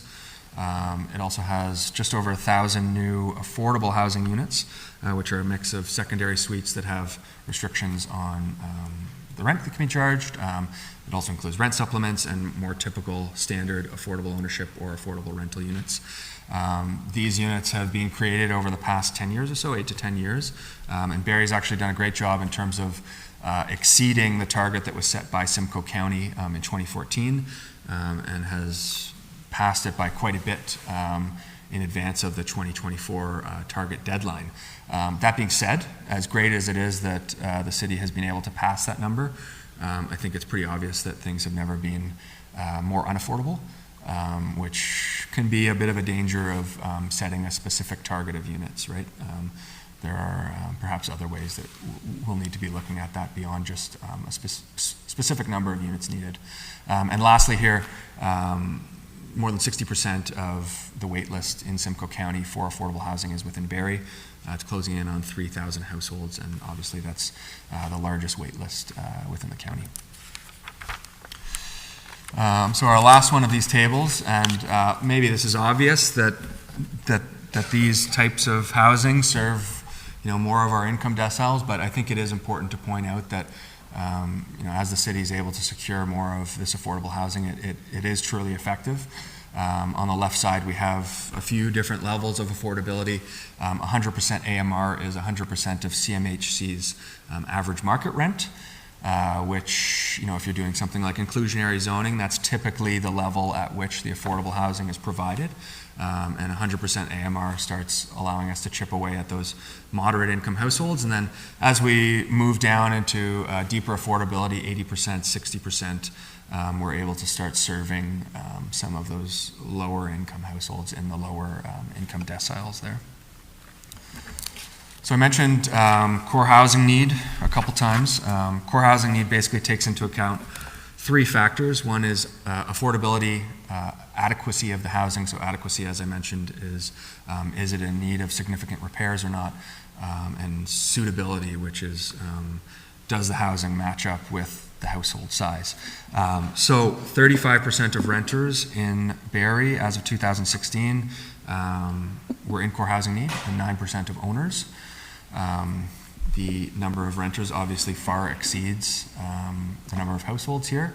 We've got over 5,000 renter households who were in core housing need in 2016 compared to just over 3,000 owners, which is still quite a big number. I'm using 2016 data here just because we don't have full 2021 data yet. I will also say that the 2021 data is a little bit suppressed. We've seen the core housing need numbers actually come down all across the country, simply because of the quirks of the 2021 census being based on 2020 incomes, which are inflated by a lot of the federal income supports that we saw throughout COVID. So those income supports temporarily drew a lot of households out of core housing need, at least for that year. So we'll see a bit of a drop, but I'm not sure that it's indicative of a future trend. These households that are in core housing need, they spend... Sorry, sir. Sure.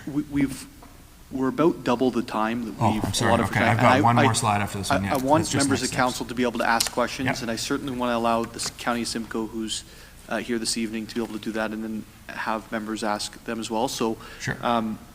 See, the next slide is into the next steps. I think that's in the report. Yeah. So why don't we move right into the question portion Sure. at this point? Yeah.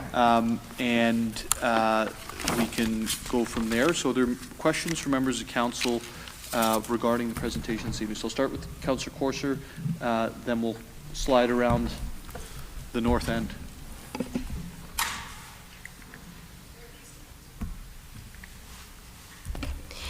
Thank you. Through you, Mayor Nuttall. You threw a lot of numbers and information at us, and for those viewing from home, how much does a single parent have to make to keep a roof over their head in the city of Barrie at this point? Great question. I mean, we haven't looked at single parents specifically. It's just households in general, right? I'm just throwing out like a two-bedroom. Right. So we've got to assume you're probably looking at $2,000 a month at this point in the rental market, even for an older purpose-built rental building, which would mean about $80,000 a year. So a single parent would have to make $80,000 a year not to be homeless in our city? Oh, I wouldn't say not to be homeless, but in order to sort of fall within the definition of living within affordable housing, if we're looking at it as 30% of income, it would be $80,000.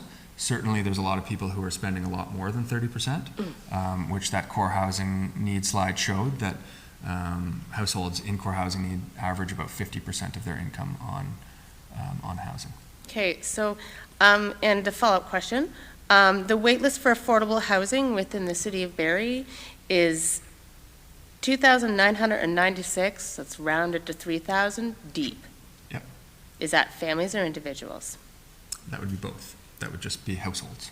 That would just be households. That's a number that we've received from the county.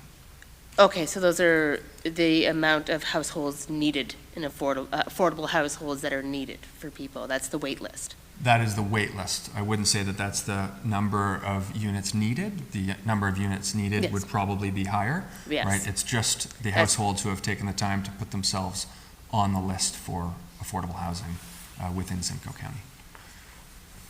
Okay. Thank you. Councillor Kungle. Thank you. Through you, Mayor Nuttall, thank you for the presentation. And for the public watching tonight too, I mean, I just want to point that there is quite an exceptional amount of information in the circulation list tied to this. So thank you for bringing that forward in a very nicely laid out and concise way.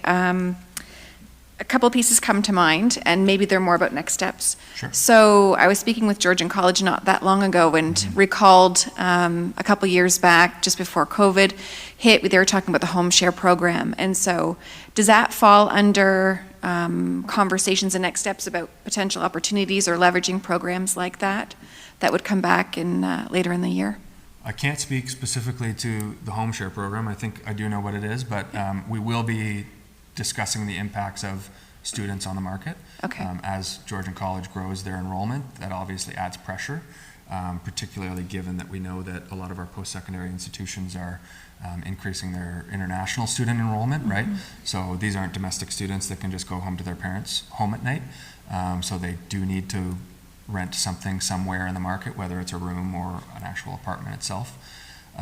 So that is an additional pressure, and we have a little bit of information in our housing needs assessment on that, and how non-permanent residents have become a bigger part of the recent population growth in Barrie, and a lot of those people are those international students that are going to Georgian College, and that they will be factoring in a bigger way than they did, 5 years ago, and certainly 10 years ago when our post-secondary institutions were more reliant on just domestic students. Okay. When I look at some of your comment about the Bank of Canada raising interest rates by another quarter point today, and while the data I believe you presented was the census availability data, are we starting to look at forecasting out? So I look at the information, and although we talk about, and I love the layout by decile around affordability, I think that helps to give us a bit of a different picture and understanding pressure points, and what we mean by affordability, but also attainability. And so I thank you for bringing, I think, those balancing points around what the market is like in Barrie for us right now, regardless of income, and just competition for housing and adequate housing to meet one's particular needs. Is there any available data that would supplement this in time, or that would come back through next steps? So if I think about, what's the threshold? Especially when we're talking about individuals that have locked in at a 5-year mortgage at a very low interest rate, and when those start coming up, their ability to renegotiate or actually retain housing. And so I don't know where that picture might play a role in kind of current state census and affordability, because it's meek. But then what's coming? And so while we talk a bit about future recommendations that will come back as next steps, will that type of lens be put towards urgency to say, this is what we know about stock and affordability at that point in time, which is dated, but that's good data. But what are we actually forecasting around? I would say, is there a crisis coming for individuals in the low to mid income who are renters, who are going to see, people saying, I want to get out of the rental business as a landlord, and those houses coming up, but also then not actually being able to maintain a mortgage that they came into with, opening up a mortgage, their just term of a mortgage. Right, yeah, it's not something that we've discussed yet internally, that specific topic. It certainly is going to be a pressure point nationally, I would say, just because the borrowing environment has changed so much over the past 12 months relative to what we were seeing for a couple of years there. It's something that we should probably be taking into consideration in our next steps, whether it's something that the city of Barrie can specifically deal with. within the scope of sort of what your responsibilities are on housing. How we're envisioning the next steps is really taking a targeted approach at here's exactly what Barrie can do. Here are steps that you can take next week. Here are steps that you can take in the midterm. Here are steps you can take in the long term. And then there's also going to be a bucket of advocacy steps where we recognize that you can't do this alone. It's extremely expensive to deal with the issue of affordable housing or the lack of it, certainly to build it or to incent it. So we'll also be providing some sort of advocacy advice on how the city of Barrie can advocate towards the county of Simcoe, the province of Ontario, and certainly the federal government as well, to start moving towards solutions to some of these things. So maybe that's something that falls within that advocacy bucket, as opposed to something specifically that the city of Barrie can tackle in terms of how to deal with things like borrowing costs and things like that, right? Right. Or I think mortgage, like re-upping a mortgage, right? Yeah, so I think it's helpful around like bringing this to light, but also then if we know what's coming, does it enhance a pressure point about where we might need to focus our interests or prioritize particular types of housing? Yeah, it's certainly a thought in terms of, especially in the rental market, what it could do, right? As you said, someone may come up to renew their mortgage and they can't afford the higher interest rate.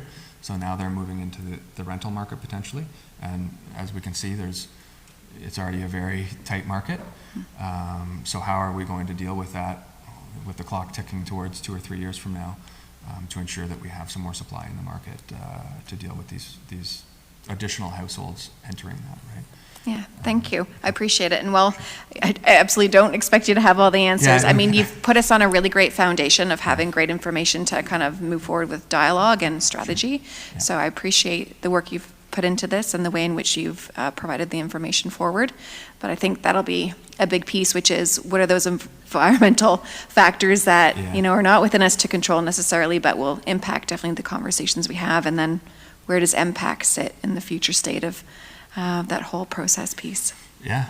If they come up with renewals from MPAC as well, that's another pressure point. Yeah, but thank you.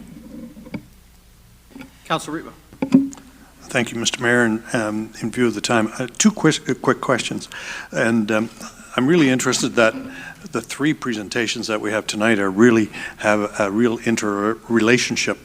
I attended one of the forums, and somebody, I don't think it was you, but it may have been, somebody made a statement that really hit me, and I wrote it down, and it says, the person said, there is no business case for affordable housing in the market.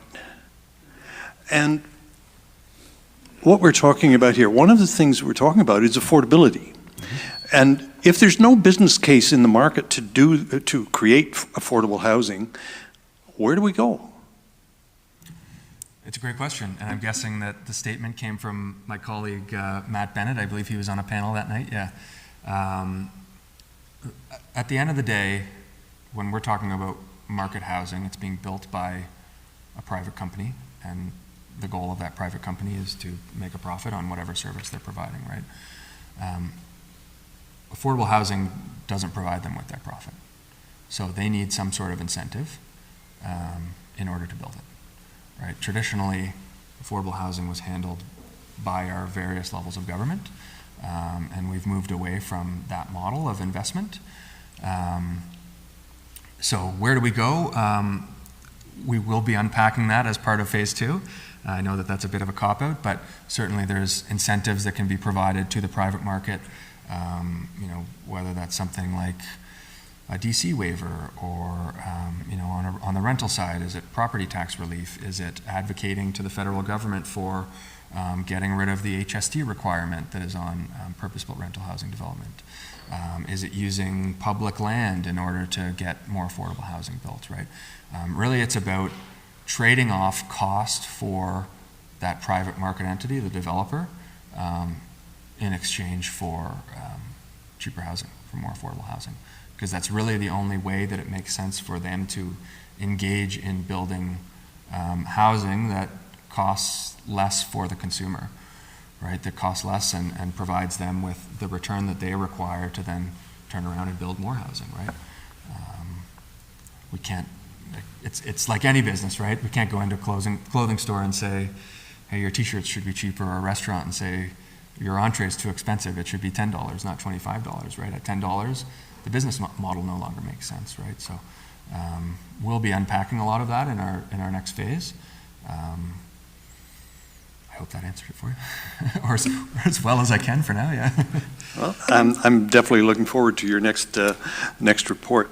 The other question that I have for you is probably, I'm going to get the same answer, I'm afraid. You say that we need to create a lot more rental opportunities for people. The challenge is that as a city council, we don't have any control over whether it's rental or ownership. So what's your suggestion there? Again, the more detailed suggestions will come later, but you could provide, so we talked about financial incentives, for example. One of those would be development charge waivers, and I understand that there already is some reductions or waivers through Bill 23 that the province passed recently. But you could provide those waivers specifically for rental and not for condo tenure. You could use your public land specifically to get rental housing built as opposed to condo tenure housing. You could provide density bonusing for rental as opposed to condo tenure. If someone's expecting that they can build a 10-story building, perhaps you say, you know what, you can build 15 stories here if you build rental. But you have to stick to 10 if it's condo, right? Those are the types of things that you can approach from Barrie's perspective, I think, to try to encourage more rental housing. But there will also be an advocacy end to that. And frankly, the HST issue, which I mentioned earlier, is going to be the biggest part of that. And that would be, advocating to the federal government on that. And I know that sounds, daunting from the perspective of the city of Barrie, right? But I think this is something that we're going to be encouraging all of our public sector clients that we're doing this type of work for. And certainly it's starting to get a lot more traction within the industry and even within the media about the issue that these cause, because it's a major cost for developers of rental housing, and it's a major reason why they're choosing to shy away from it. Thank you very much. I think we're going to have a lot more discussion about this, but I appreciate the work you've done. Thanks. Thank you, Councillor Rittman. Councillor Harvey. Thank you, Mayor Nuttall. Thank you for your presentation. I knew it was a glum situation. You painted even a glummer situation, to be quite honest with you. And obviously, our younger generation and our kids and stuff are in one heck of a predicament that we weren't in 20, 30 years ago when we were buying our homes. Moving forward, though, I'm not one to sit and talk, and because I'll be quite honest with you, unfortunately, levels of government I find talk too much, and we need more action. Do you see moving forward more government housing as a solution and more co-op style housing as a solution, the way that we saw it back in the 70s, let's say? However, obviously government shied away from that model for some reason. But do you see that as a quick solution moving forward, opposed to talking about this for the next 3 to 5 years? Yeah, it probably depends on your definition of quick, right? I would say that it's part of the puzzle. It's certainly not the only option to get us there. There's no silver bullet here. If there was, I wouldn't be standing in front of you. You'd already be doing whatever that specific approach was. Certainly the government getting more involved than they have been over the past 2 or 3 decades will be a key part of that, but there's a significant cost associated with that.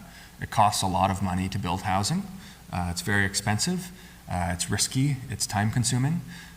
So we get back to quick. It's not something that you can just do overnight, even if as council and the planning department is fast tracking a development application, it's going to take multiple years to build that housing, right? So it's not something that we can just do overnight, but certainly that will be part of the puzzle. It will be something that we'll be suggesting, but again, there's a cost associated with it. We recognize the challenges associated with municipal budgeting. It's not something that, again, Barrie is going to be able to tackle on their own. The issue of government-built or government-funded housing. It's just too high of a price tag. I'm guessing that you just will not be able to fit it within your budget. And that's where, again, we get back into the advocacy part of that. So we're hoping to give you sort of, ideally a long list of action items, as I mentioned, that will be sort of split into near-term, mid-term, long-term, so that you can get moving as fast as possible. But this is going to be, this is going to be a longer-term process, right? It's not something that we can solve overnight. It's not something that's going to be solved quickly, unfortunately, just because of the nature of housing development, and getting new supply in the market is going to take quite a long time, regardless of what the price of that housing supply is. Yeah, thank you. Yeah, no, I can appreciate that, and obviously, I'll be quite honest with you, us as a municipality, at not collecting 9 cents on the dollar in tax funds, we don't have the ability to do it, and that's where the higher levels of government, provincial and federal, need to be paying attention to this, because this isn't just a Barrie situation. Yeah. This is an Ontario and Canada situation, and absolutely, yeah. there's nothing more fundamental than having a roof over your head, especially when you think people are making 60, 80 grand and they can't even afford to put a roof over their head in situations, or they just can't find something due to the lack of housing. But I'll keep my comments at that, and thank you for the very detailed report, and I hope some higher levels of government are listening to this tonight, because we need some action, and I'm just tired of government at all levels talking about things far too much and not enough action. So thank you. Yeah, and I'll add one thing to that. Just when we talk about advocacy, that's not going to be me telling you, hey, you should go talk to the provincial government and say, build us more affordable housing. We'll try to make that as targeted as possible, so that you're going to them with solutions and saying, here are some things that you can implement specifically that will help us here in Barrie and help us elsewhere within the region and within Ontario, so that it's maybe a little bit more organized advocacy on the city's part whenever they come together to do any of that.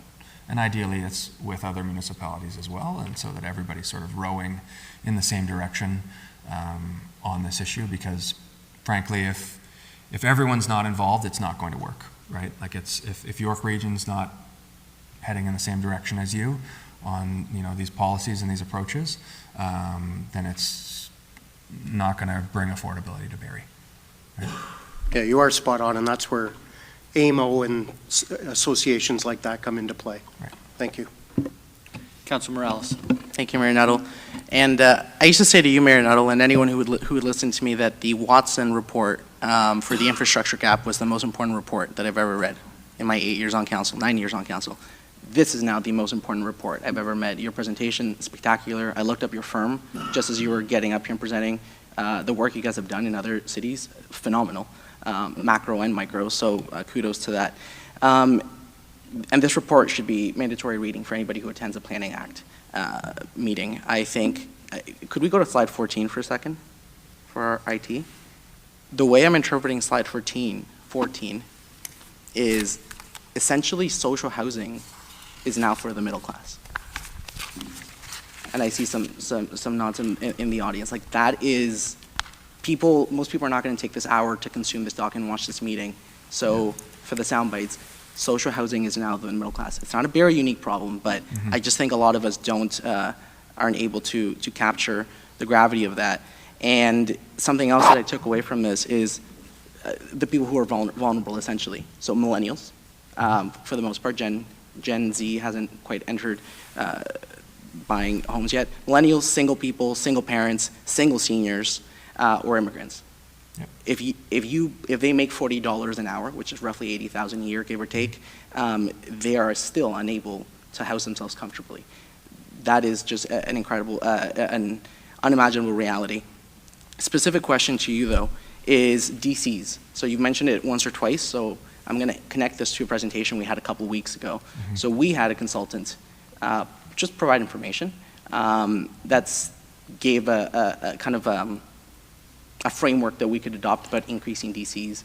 And without going, there's different categories, and I don't have it in front of me, but it almost saw roughly an 80 to 100% increase in most categories from the 2019 rates eventually into 2027. Not right away, but eventually if you follow that and if things happen the same. What do you see the impact of DCs, not just rental, but all units, purchased units, single detached homes with double garage, triple garage, townhomes, et cetera? What do you see DCs having an impact on affordability? I assume you mean the, like an increase to DCs? Correct. Yeah. I think anytime, it doesn't matter if it's DCs or anything else, we've had, last couple of years, we've had a big issue with hard construction costs increasing in particular. So that's, you know, your lumber or your concrete for new housing. So it's any type of cost, it's not just DCs. The developer will, to the best of their ability, pass that cost off to the consumer, but that only takes them to a certain point. There's always going to be a breaking point in terms of price. At some point, the cost becomes too high that buyers stay away. They look elsewhere, they look to a different community, they look to the rental market, whatever it may be. So there's two potential impacts. One is it can make housing more expensive if the developer is able to pass it off to the buyer or the renter. The other would be that it makes new development unfeasible financially, so you're not having new supply built. If it gets to a point where costs become too high and revenues are not high enough, and that developer cannot get a return or their desirable return, then they will stay away and they'll invest elsewhere. So those are two. I won't say that it's DCs specifically. DCs serve a purpose, right? Like obviously the city has infrastructure to pay for, they have services to pay for through DCs, and you know, I would say that that's well placed. Growth should be paying for part of that, as should the existing residents. But yeah, those would be the two potential outcomes of raising costs in general too high for home builders. Perfect, thank you so much. And Mayor Nuttall, I'll close it with this. May 24th in 2021, I had a second cousin of mine in Colombia. I think he's in his early 20s, message me and say, Sergio, things are getting rough here in Colombia. It's when there was a lot of issues with police and people. So 2 years ago. And he said, things are getting rough here. My girlfriend and I are thinking of moving to Canada, like you guys did. And he's just asking me options. Do you want to know what my response was? And I say this specifically to you. You just referred that you lived in Liverpool, and my parents immigrated with me in 1999, 2000. My response to him was, are you sure? It's cold, it's unaffordable. And I said this to him, and I said, and coming to a culture shock once you're kind of past high school is a big commitment. I had to tell my own family member 2 years ago that the Canadian dream that my parents realized 23 years ago is no longer possible. The dream that your parents in the 90s, I believe, is no longer possible. That is a daunting reality, and that is not the making of this council, but we all have to work together, so that's not something that anyone needs to say. Thank you, Councillor. Any other questions? Councillor Corser. Through you, Mayor Nuttall, I hear a lot of conversation around the table about, or from the county, about approaching different levels of government. What about approaching community partners, nonprofits, and social enterprises within into creating that missing link if we're not getting the funding that we desperately need to cover the cost of affordable housing? Yeah, we'll be certainly providing recommendations on partnerships that you can take to increase your supply of affordable housing. That will be part of our recommendations as well. Because it just seems to me that it's like, I agree with Councillor Harvey, there's a lot of conversation around, you know, how with numbers, data, all these things, but like the $80,000 a year for a single parent, as I mentioned before, is daunting, to say the least. We need something quicker than red tape and bureaucracy, quite frankly. We need something that is agile, that can move, that can actually make things happen. And I am hoping that it will be within government funding, but I I think we need something a little action-based than that. Yeah, that we're hoping that it is action-based, yeah. Thank and you. Specifically things that the city of Barrie can do. Okay, and thank part you. of it will be to speed up the development process. Like that will be part of it, is let's get it to the market as quickly as we possibly can, right? All right, thank you very much, because we have a homelessness crisis that is well documented and well talked about, and we don't need to have more neighbors become homeless because of interest rates and lack of action on different levels of government. So, right, agreed. Thank you.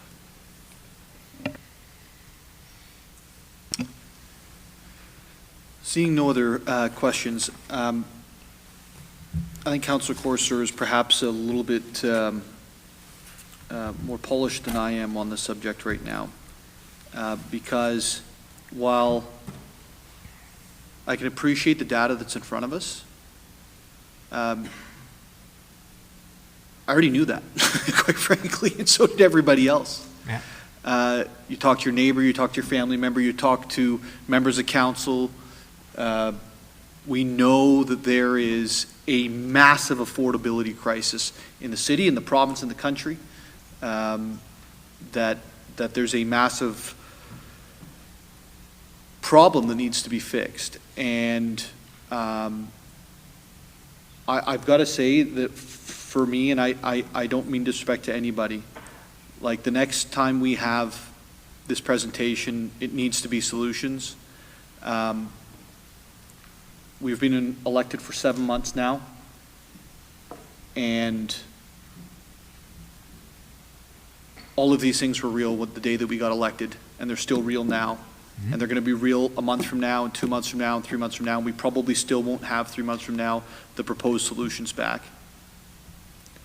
And I got to say, I don't feel like that's good enough for us, for our team. So we need to get cracking. Affordable housing is incredibly personal to members of this council, to all of us. And certainly there's 4 members who've experienced living in affordable housing around this table. And attainable housing, obviously, because I always differentiate between the two, is incredibly important. What I think that I've heard tonight is there's a big problem that requires big solutions, and I want to see what those solutions are. That's I really, really, really want to see what those solutions are, and I don't want it to be 2024. I want it to be 2023. So that we can understand what the budget impacts are for 2024. And I'm trying not to make this sound like a rebuke. I'm trying to make it sound like, hey, we need to move a little faster when it comes to this subject matter, because we're discussing it every single day in our community. Every single day. Especially today with the interest rate rises, as you said, sir. Yes. So, thank you so much for your team's work, for your work, and we certainly look forward to the next step of this process. Thank you. I would like to call upon the County of Simcoe to come for their presentation this evening.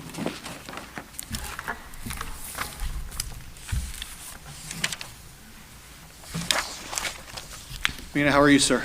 Good evening, Mayor. Good evening, council members, and thank you for having us here. I will try, given the timing, to move through the presentation as quickly as possible. I suspect we'll have some similar questions and intersectionality between the last 2 presentations that are quite relevant to our presentation and our common goal between the county and the city of Barrie. So before I start on the 10-point plan, I just want to give you a quick 3-point context setting of how we got here today. 3 things happened in the last year or so that have put us in a position today to roll out this implementation strategy. The first thing was about a year ago, we undertook a shelter system review. And that review helped us formulate a series of recommendations that allowed us to understand better the needs of our current homelessness system, including our emergency shelter system. Concurrent to all that was happening, and that report came to our county council and to the committee of whole, which the city of Barrie participates in, and accepted that report. It was in April of this year. As Mayor Nuttall shared earlier, the Ministry of Municipal Affairs and Housing also announced our annual contribution to their homelessness prevention program. And the county, as the system service manager on behalf of the province, received an 86%, or the equivalent of $9.2 million. This is a year after we received incremental increases on our federal funding program, Reaching Home, that increased about 5 times, from $700,000 to $3.6 million throughout the pandemic. So between the two programs, as a system service manager, we believe we've been right-sized, meaning that prior to those two increases, the county of Simcoe, based on its population, and as a system service manager, we serve both the two separated cities of Orillia and Barrie, which puts our population on par with regions like the separated city of Hamilton, Ottawa, Waterloo region, and Niagara region, and a little bit larger than London, London's catchment. So given that comparator, having that 86% was very welcomed. It was very timely. It had it at the same time where we've had these recommendations to point us in the right direction on how to move the system and get better outcomes. And then the third thing we did to get us here today is we started to develop, and we're building a data strategy that will help inform our future decisions on investments like this. The data strategy is meant to be a public-facing tool that shows a dashboard similar to the dashboards and data that you've heard from both other presentations here, to show us not only how we're doing, but what we're trending in, and if we're moving in the positive direction or not, and also to set some targets to hold us as a community accountable to two primary goals that these 10 points are trying to meet. The first primary goal being we want to end chronic homelessness, meaning bringing it down to a functional zero, where for every person that's entering into over 100 days of homelessness, someone is exiting. Right now, at the current state, we have about 1,000 people on our by name list. These are people who have been assessed in and prioritized as experiencing homelessness in the county, of which 50% are from Barrie. And of that number of the 1,000, you're seeing right now that we're housing out of that by name list about 170 each year. And now we're seeing a trend of about 380 entering into the system. That's a 3-to-1 ratio. We want that ratio to be 1-to-1. So the goal here is to move from that target using these 10 approaches in a very short period of time to start moving us in the right direction. The second goal is prevent homelessness. That 400 number of people entering in, we want to get that down as low as possible by preventing it, by investing in our inflow into the system to prevent and divert people from experiencing homelessness who are on the cusp. The previous presentation shared that there's 5,000 people right now that are renting homes that are using more than 50% of their income to stay housed. 1 or 2 more events in life that could happen could result in them entering into our homelessness system. So that kind of tells us that we have to focus equally on prevention as well as housing outcomes for those who are already experiencing homelessness.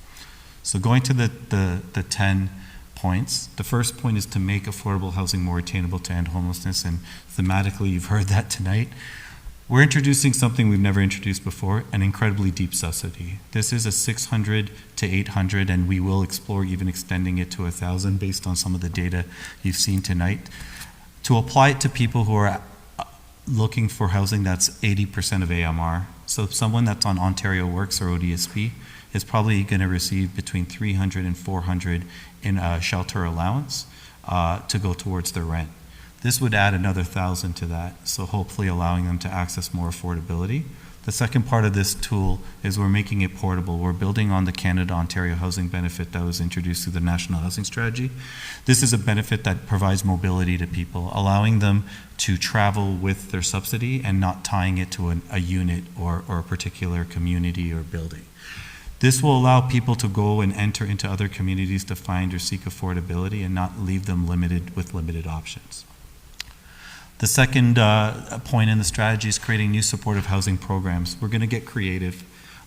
As you hear, this is a picture of 20 Rows, which was a modular facility that we co-invested together, the county and the city of Barrie, and we have it right now on our future site for a new affordable housing development that also got approved this year. That being said, it was used as an overflow shelter during the winter months.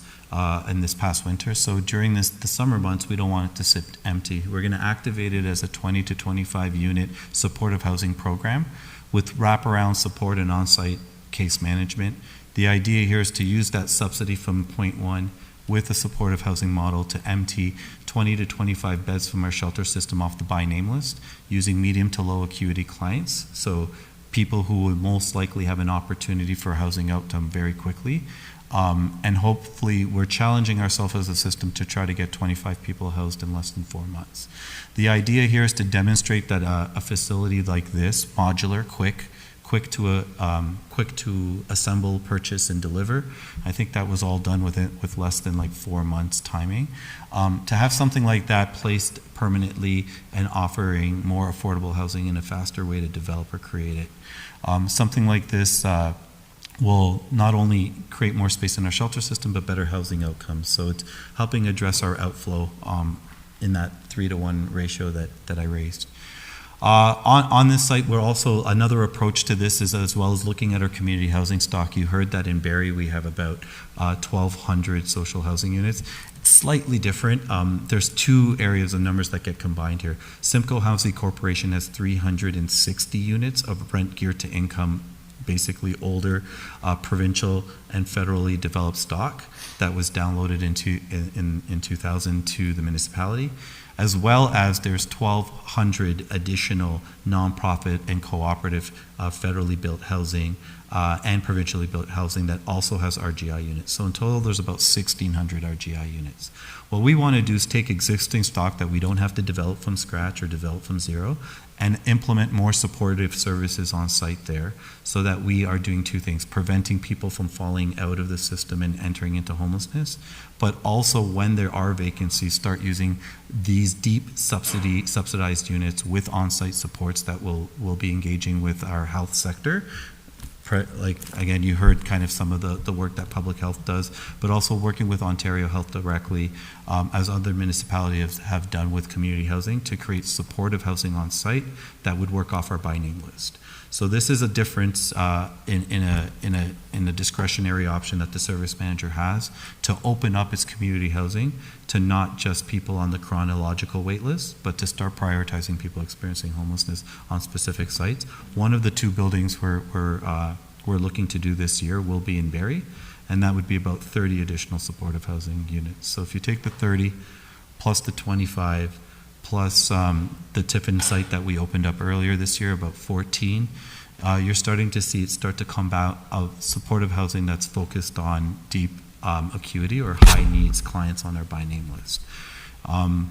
So this is a second strategy we're doing concurrent to the deep subsidy.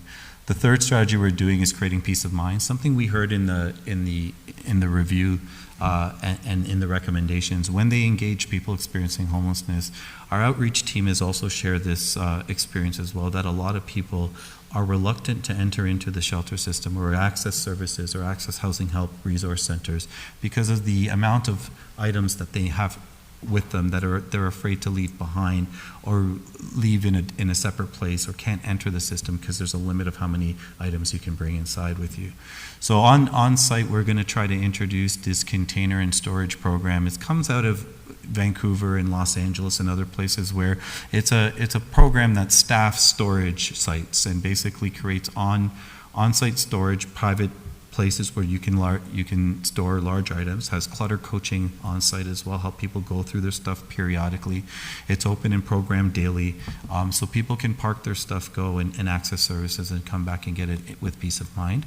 We're doing this all across the county. We are introducing a program in Barrie, but we're also going to be introducing it in all of our shelter locations, also in South Simcoe, Midland, Orillia, and Collingwood. So this was our third approach. Fourth approach is improving safety and well-being, and if you've been walking around, you may have seen some of this take action. So we're introducing a different type of outreach program that focuses on the well-being and safety of all. It uses a humanistic approach along with security and safety efforts to engage people who are experiencing homelessness, build meaningful relationships with them, and start to help advise them on all the different options and services and opportunities available to them to help them connect to services more frequently. So this is something that we are working closely with the BIA and with the community and with our service partners and with our outreach teams. We're introducing this, we've introduced it in the city of Barrie, we're introducing it also in the city of Orillia and the city of Midland as well. And again, this is more of a clear need that we've heard, again, that was given to us through that review. The fifth approach is increasing housing availability in current programs. So there are a lot of supportive housing programs that we currently fund in our system and that have been frozen that offer light care, light wraparound support. Some of those programs, like the domiciliary care programs, have been, provincially we were asked in our first iteration of funding where we had less flexibility to move away from these programs as they're not the best or adequate housing. But as you saw from the last presentation, I think it's all hands on deck when it comes to the different types of affordability you can place. So we're investing in these, and here you're going to see about a 40% increase in the city of Barrie stock on this one. And we're hoping, again, these are programs that already exist, that already have on-site care. It's us subsidizing beds in these programs and making them available to by name list clients experiencing homelessness. The sixth approach is creating easier ways to access the service. One of the key glaring areas of need is a coordinated central intake to access shelter beds in the shelter system. So we're creating a one number that all can call, outreach teams, BIA members, people of the general public, and give that number to people who are looking for a bed. And this is an after-hours service. So while intake may already have been complete, this service will look at that open data set that I mentioned earlier, would access our database and see how many open beds are available and place people. We'll be mobilizing transportation and outreach teams to be able to connect people across the county. So if there's 5 people turned away in Barrie and there's 7 open beds in Orillia, those 5 people would access those beds for a few nights until they can get better settled in the community of their choice. But the idea here is we want to be efficient and we want to run a system that brings the best possible maximized service of use at all times. And this is why open data is really important to us, because it helps the system see its interconnections and helps our partner agencies rely on each other to be able to solve local kind of intake problems that happen on a nightly basis. Right now, 211 does some of this work for us through some of the referral of services, like knowing where to access services, access food programs, food security shelters. All of those are meal programs throughout the week. We know by their call volume about 36 to 37% is from Barrie, and for people looking for services in Barrie, we suspect when we create this centralized point of intake, it should show us not only better data, but it will also show us the depth of need by geography. So we suspect this number will be a significant investment here in the city of Barrie. Enhancing our community's shelter services and standards. So one main common thing we heard is that the undercurrent funding per bed for our county is way out of whack. While we have an average number of beds per 100,000 compared to those municipalities I mentioned earlier, we're about middle of the line, not the smallest and not the highest. 44 is about the middle, which is a good number. The amount we fund per bed is significantly less as a service manager than other services, and that's because we were underfunded. We are averaging about $6,500 per year per bed. The provincial average is around $36,000 per year per bed, but that's because there's a couple of outliers that drive that number. Toronto delivers its own shelter system at a quite high funding rate because there are city staff operating that site. Those sites, but it's also York Region also does something similar. But if you extract those two, the average is about 20, we're around 65. So we'll be making a significant investment, and this is where the city of Barrie will probably see a large investment here. It's about, we're planning to put a 90% increase in services on those funding of those beds. Now, the point here is not to create more space, it's to create better service that allows people to engage in all of the services, including daytime services, which are not fully utilized or fully operationalized across our shelter system consistently. It's also to set a standard and a set of accountabilities with this funding.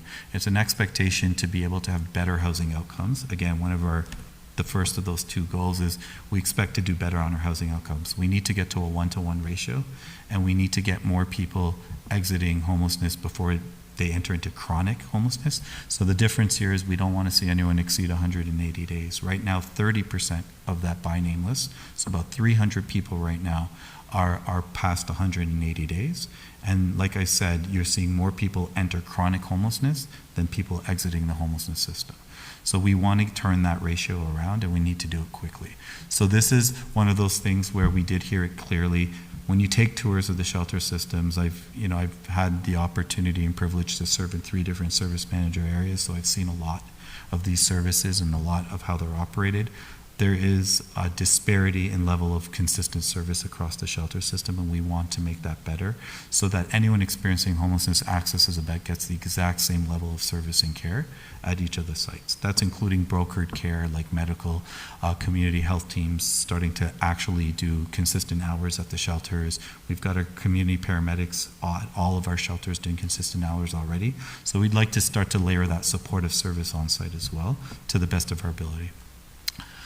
Increasing eviction prevention services. So this is some of our housing retention funding. So right now, per person, we have an opportunity for someone who's facing an eviction to pay down their arrears, someone who's exiting homelessness that needs to have a first and last month deposit, be able to access this once every 18 months. If you're a single individual, it's $2,000, but also if you're a family, it's $2,000.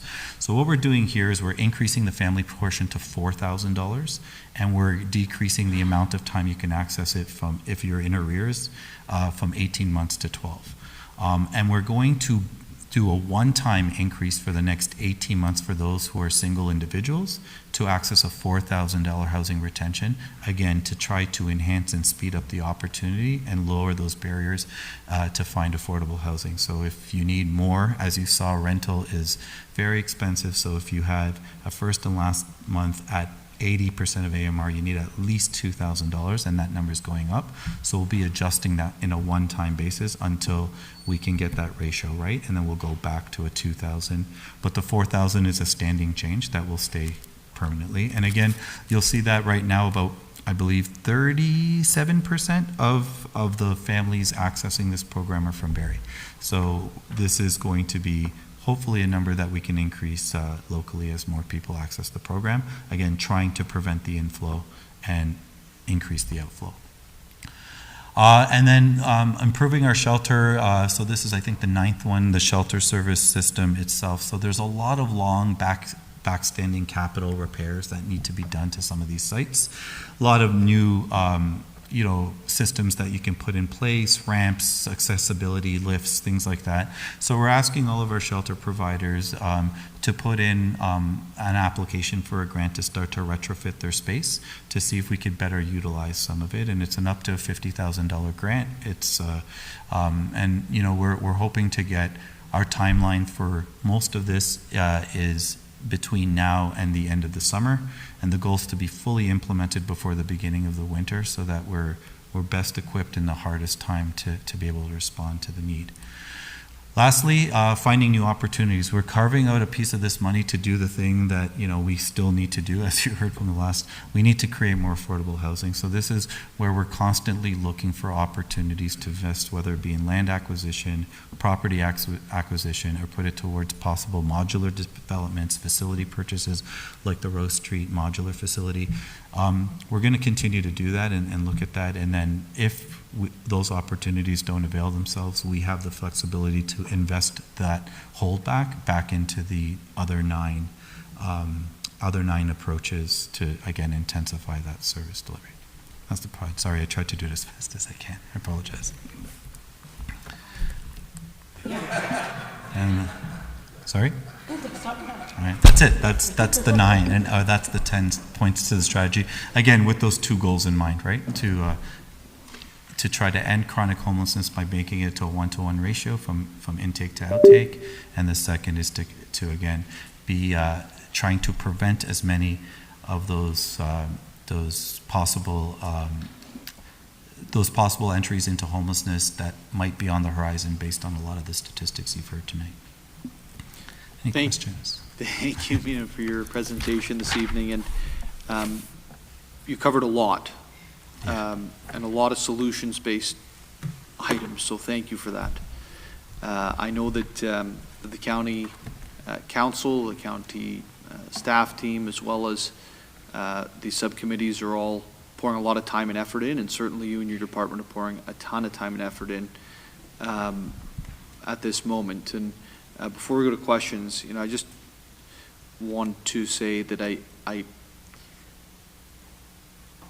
I'm really positive in my outlook on some of the changes that you're making here. And I hope that you have the successes that you think you can achieve as a team, because it'll serve the city of Barrie, the county of Simcoe, really, really, really well. So thank you for the work, and hopefully the next update is showing us some revised numbers on those ratios that are inverse and you want to right size them. So we'll go to questions, and I'll start with Councillor Rietman and go from there. Thank you, Mr. Mayor. And I think that one of the people that we ought to be thanking is the province for sending the county $9 million, because I think that's one of the things that we really need in order to get some of these things to happen. And I think also I need to thank the county, because I think your approach to what you're doing is something that is really, I think, going to bear fruit. I'd like to focus, and you've given us like a whole lot of things here, but I'd like to focus on the Rose Street property a minute. And I hear you saying that you're going to get 24 people housed there for the summer, and I think that's a really great idea, and I hate to see it standing empty. I guess my question I have a number of questions about it. First of all, what's going to happen to those 20 or 24 people when winter comes, and this is going to, I assume, turn back into a shelter? And I guess the second part of that is next year there is going to be construction on that property, we hope, and then what happens to that facility that we have there now? And I guess the other part of that, and it's sort of related, I think, what are your plans for cooling for this summer and warming for this winter? Through you, Mayor Nuttall. Thank you, Councillor Rietman, for the questions. So for the first question, our hope and goal is that all 25 get housed prior to the winter. For any reason, and every case is different, and every opportunity for housing is different. But in the case of that, our ultimate goal, as you saw with some of the other strategies, like looking into some of our other existing stock, we do not want to see anyone revert back to the shelter system that's in that program, because the fruitful work that's going to be done in the next few months, we don't want to regress from that. So the commitment for all those who participate is that they would not re-enter the shelter system unless they so choose. But certainly the goal is to have them all housed. For the second question with Rose Street itself, so the question is, the answer is unknown right now. As you heard in Approach 10, and that's why it's purposely there, we really need to find a final landing place for a facility like this. And the point of us doing it as an emergency shelter and a supportive housing is to demonstrate multiple use. So I like the flexibility in multiple use. It allows us to adjust to the needs. And with our data strategy that I'm very excited for, as it comes into play, it will kind of direct us to where the need is and what we can do with it. So there could be a hybrid model in place, or just housing, or just emergency shelter overflow.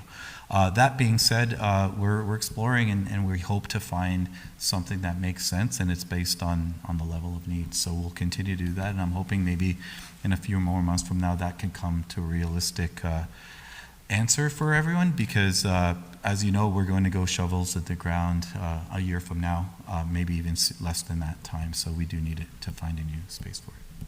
The last question you asked was about warming and cooling centers. Right, the warming and cooling centers. So prior to coming, last time I was here, I shared our budget and our budget plan, and we still put in $100,000 for a warming center strategy. We're going to match that as well with cooling, and we had the opportunity to meet with staff here at the City of Barrie, and we'll be working together to kind of try to align those services so that it does match your homelessness plan that you had announced a few meetings ago as well. So we are looking, we'll be meeting with some sites and opportunities, but we'll have that in place as well. And again, don't forget that with the significant increase in shelter space, and we're expecting daytime programming to be fully operationalized across the system, including, which I didn't mention here, but it does impact the city of Barrie. We're investing in surrounding shelter systems in South Simcoe and in North and West Simcoe. And the idea here, these were seasonal shelters that would end with the winter season. We're operationalizing them year-round. So now what you're not seeing is a migration after the season ends to the urban centers where services are still open. So we're hoping those approaches offer more daytime services, including cooling and warming, depending on the season. Okay, I think those are the three, right? Okay. I'll give somebody else a turn. Councillor Nixon. Thank you very much for that presentation. I've seen a lot of 10-point presentations over the years, and normally, there's 6 or 7 that I kind of like, and 3 or 4 that are, filler. This case, all 10 hit home, and congratulations. That's very positive. And I thank you and your staff for your work. And to echo Mayor Nuttall, we look forward to seeing these things implemented, as quickly as possible. I just got a couple of quick things about Rose Street. One, you answered one of the questions that we're a year away or so from shovels in the ground. When the building is up and operational, what is the percentage breakdown on the housing percentage of transitional versus permanent low income? For the Rose Street development, yes. Through you, Mayor Nuttall, thank you for the question, Councillor Nixon. So the last time we presented to council and committee as a whole, we were going in there with one model, which was an affordable housing model with 2 options. One, a mixed income option to a certain level, and then a larger mixed income model. All permanent, non-transitional housing. And we were challenged to come back with more. So we're preparing a secondary report. I believe the second committee meeting in July. And that will demonstrate 3 different options with the financial, business cases for each. Our intent is to intensify beyond the 176 that have been currently approved. Currently, there's 176 units approved. And it's a mix of income, but it's hard to nail down, but I'll break it down for you. There's 64 RGI units in there, the deepest subsidy, because we're replacing 64 units that we're divesting in order to raise revenue for this development. And these will be for larger families, multi-units. We are committed to another 38 units using provincial and federal funding pockets, which have to be 80% of AMR. And then the remainder is really up to our discretion. So this is where we're going to probably introduce more 80% AMR, 100% of AMR, and 120% of AMR. If you recall in the presentation, the one that had a lot of green, the AMRs are a lot less than the one that had a lot of red, right? So even 120% of AMR, don't quote me on this, is somewhere around the 1,200 range for a 1-bedroom, give or take, yeah? So that still puts it in the world of quote-unquote affordability from the presentation you saw. It's not market rent. So AMR, is average market rent. So it's average market rent based on the CMHC community-based standard that they set on an annual basis. So it's, to answer the first part of your question, it's non-transitional, so it's all permanent housing. The second part of your question is that it would be affordable at different levels of affordability, from incredibly deep to 80% to 100, 120. It is a sustainable building, and that's something I really like to emphasize, which is unique to this service manager, at least the ones I know of, and I've participated in developing housing, and it's sustainable operationally, meaning that there's a lot of upfront costs, so the price tag is quite high, but it pays for the next 50 years of operational costs, including major capital, including staffing and labor costs as well. So in 20 years, we're not coming here and saying, hey, we need to replace a roof, a window, balconies, etc. That's all built into the upfront cost to develop. Thank you. And just one other comment, I guess, or I guess question. Several months ago, when the original Rose Street, shelter program was initiated, we heard from an awful lot of people in the neighborhood who weren't necessarily opposed to it as much as they were confused, had heard different pieces of information, and that seemed to be the biggest issue. And I know that there was some communication with the neighborhood, both through yourself and also through the city. And I just wonder, this time around, is there any new program, or are we doing anything different this time to make sure that everyone in the neighborhood knows what's coming and what to expect? Through you, Mayor Nuttall, yes, we we still got a little bit of work to do. We were meeting with our city counterparts, and there's a few pieces on the planning side of the planning exemption agreement that we'll have to update because of the change in purpose. And we did a bit of a door knocking approach. I think we'll do the same thing and explain it in maybe a fact sheet similar to like a one-pager that explains what the program is, the duration of it, who's being housed there. It is low to mid acuity, so it isn't your more complex client. It's clients that have really really quick housing outcomes in line for them. So yeah. Very good. Thanks very much. Thank you. That's all I have. Councillor Kungle. Thank you, Mayor Nuttall, through you to GM Fayez-Baguette. Did I say that right? Thank you. You took me on an emotional roller coaster, I have to be honest. Like, I held back clapping to wanting to physically get up and hug you. And it is emotional because I think these are long-standing conversations, and not to be critical in any way around what the county has brought forward in the past, but with funding comes opportunity. And what you presented, though, around what you're going to do with the funding is quite comprehensive and frankly quite impressive. And you've given me more hope than I've had in a long time around where we can actually see progress in this area around dignity for people, but also around, I think, with that just changes lives. And so I think that it's quite exciting what you're proposing forward. Let me know how I can help. And on that, I've got two questions. The first one, and I could have misinformation, but I wanted to know, with the housing retention funding, while there is more money available to individuals to help them kind of retain in an urgent situation, is there a timeline for access to that funding? And I could have missed it. I didn't know if in the past, if it wasn't really released within a day or two, did people still get evicted? And so has the cycle time to actually going through the process of requesting it and getting the dollars into the bank account where it needed to be, is that something that's been changed as well? Through you, Mayor Nuttall, thank you for the question and comments. I would rely on our Ontario Works team who administrates the fund. There is a lag, but that lag, we've kind of learned some tools of the trade on how to release the funding in a way. So we're even front end granting to agencies supporting clients to allow them who might have like almost like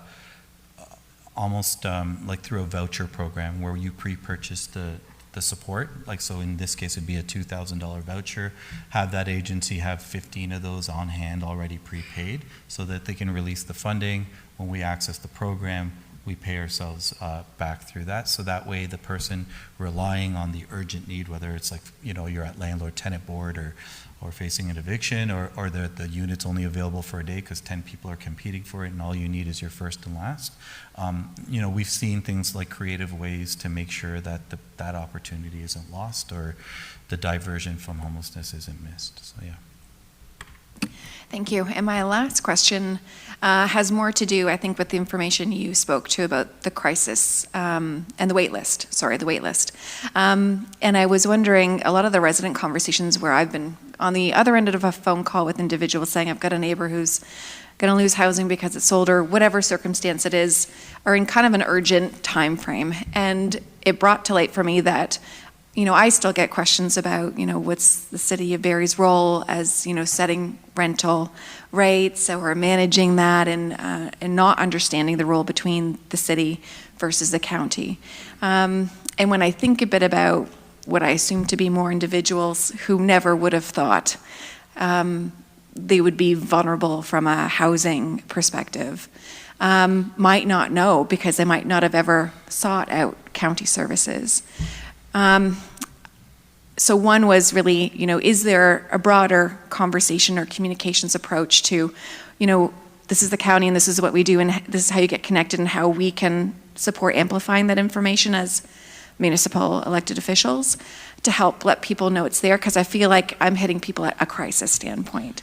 And they don't know that there's a process piece. So my question really is, are you actually seeing more individuals around, I think that of the individuals on the wait list, are you seeing that they're coming in crisis, or that they have an awareness about, okay, I know my housing situation's changing in a month or two, I won't be able to afford a next step, and I've got a bit of a buffer before I'm really going to be experiencing greater vulnerability. So I didn't know how we can help around getting that information out, but then do people know that, there is a process and are they using it? Through you, Mr. Mayor. So there's two lists. There's the by name list, which is specifically a prioritized assessment of every person experiencing homelessness, and it's prioritized based on a depth of need. It factors in priority groups like seniors, single household adults, Indigenous, LGBTQS, and others. That factors in and gives them a score of or a level of acuity. The higher the level, the higher you go on the list, right? The second list is your community housing wait list, which is a centralized wait list, and I believe that's what you're referring to. I would say the community housing wait list is underutilized significantly, even with the number being so high, and that's because a lot of people are detracted from it because of the prospects of actually having a housing outcome. The way the list works is we're the system service manager that creates any localized priority. Like we could localize a priority for 1 out of every 10 offers goes to someone experiencing homelessness. You can do things like that, other service managers do. But it's superseded by provincial priorities, and right now there's primarily one main priority, which is people experiencing fleeing domestic violence or domestic abuse and human trafficking. So any of those people will supersede any opportunity. So if you're number one on the list, ready to get offered, and someone is fleeing one of those violent situations, it goes to them first and not you. So even if you were experiencing homelessness and you're the number one on our localized priority. The second thing is, right now out of the 5,000, let's call it almost 5,000 people on that list, that's 5,000 separate households. Doesn't definitely define whether they're from our communities or not. And that's where our data and our publicly facing data will help show the pressure points of who's interested in living where. Right now, I think around 2,000, just slightly under, are looking to live in Barrie. There's only, like I said, about eligible off that wait list, about 1,400 RGI units between the nonprofit sector and the community housing owned and operated by the county that's available. And some of it could be seniors, so not everybody could apply for that, right? So we could definitely do a better job. One of the things we're doing is we're modernizing it so you can apply online, you can apply at kiosks. We're putting kiosks in all of our main community hub spaces that we're developing in all of our offices. It'll be integrated with your data and cross-referencing your databases like with Ontario Works databases and others, so we know who our common clients are. That will help. But certainly for the broader general public, like I do think we need to do a better job. And part of me doing these presentations in front of councils and meeting with all the board of directors of all of our service providers is try to deliver the same message on what our plan is and what our breadth of services are as a service manager. So we'll need to do a better job, yeah. Thank you, and I'll say, even if there's anything that's easy or quick of hand that I can incorporate into all ward newsletter or town hall, that can also just point people in that direction, then I'm happy to include that in my communications. We can develop stuff like that, yeah. Thank you, Councillor Kungle. Councillor Hamilton? Oh, Councillor Courser, sorry. I was looking at you saying, okay. Thank you very much, through you, Mayor Nuttall. Sorry, acronyms just kill me. AMR. Through your Mayor Nuttall, average market rent. Okay, thank you very much. I just have, a lot of people say, like, why would you want to live rough instead of coming into a shelter? And I my research and everything I've done to try to figure that out has come down to the 3 Ps, I call it: partners, pets, and privacy. Now, understanding that this is a complicated issue. We all keep saying how complex this issue is, but it is. And going forward, like, people that come into the congregate shelter cannot stay with their partners. They cannot bring a animal, which, like dog, whatever it may be, with them. And I know that there's fostering systems out there. There's volunteers. I've heard of them. I haven't quite nailed any down. But when we look at this as privileged people who have roofs over our heads, we maybe don't understand the impact of taking away somebody's support animal. So they won't come to a shelter if they have to do that, even if it is going to foster. And the privacy issue, because it is congregate, so you're in an open space. And these people are traumatized, victimized, all the things that happen when they do live rough.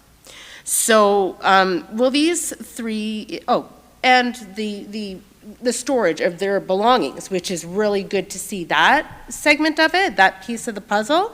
But when somebody's living rough, they also have to pack up all their things, take it to a shelter, and then have it stored, and then drag it back to wherever they're going if they're staying for a night or 2, and then re-find a place to actually live rough.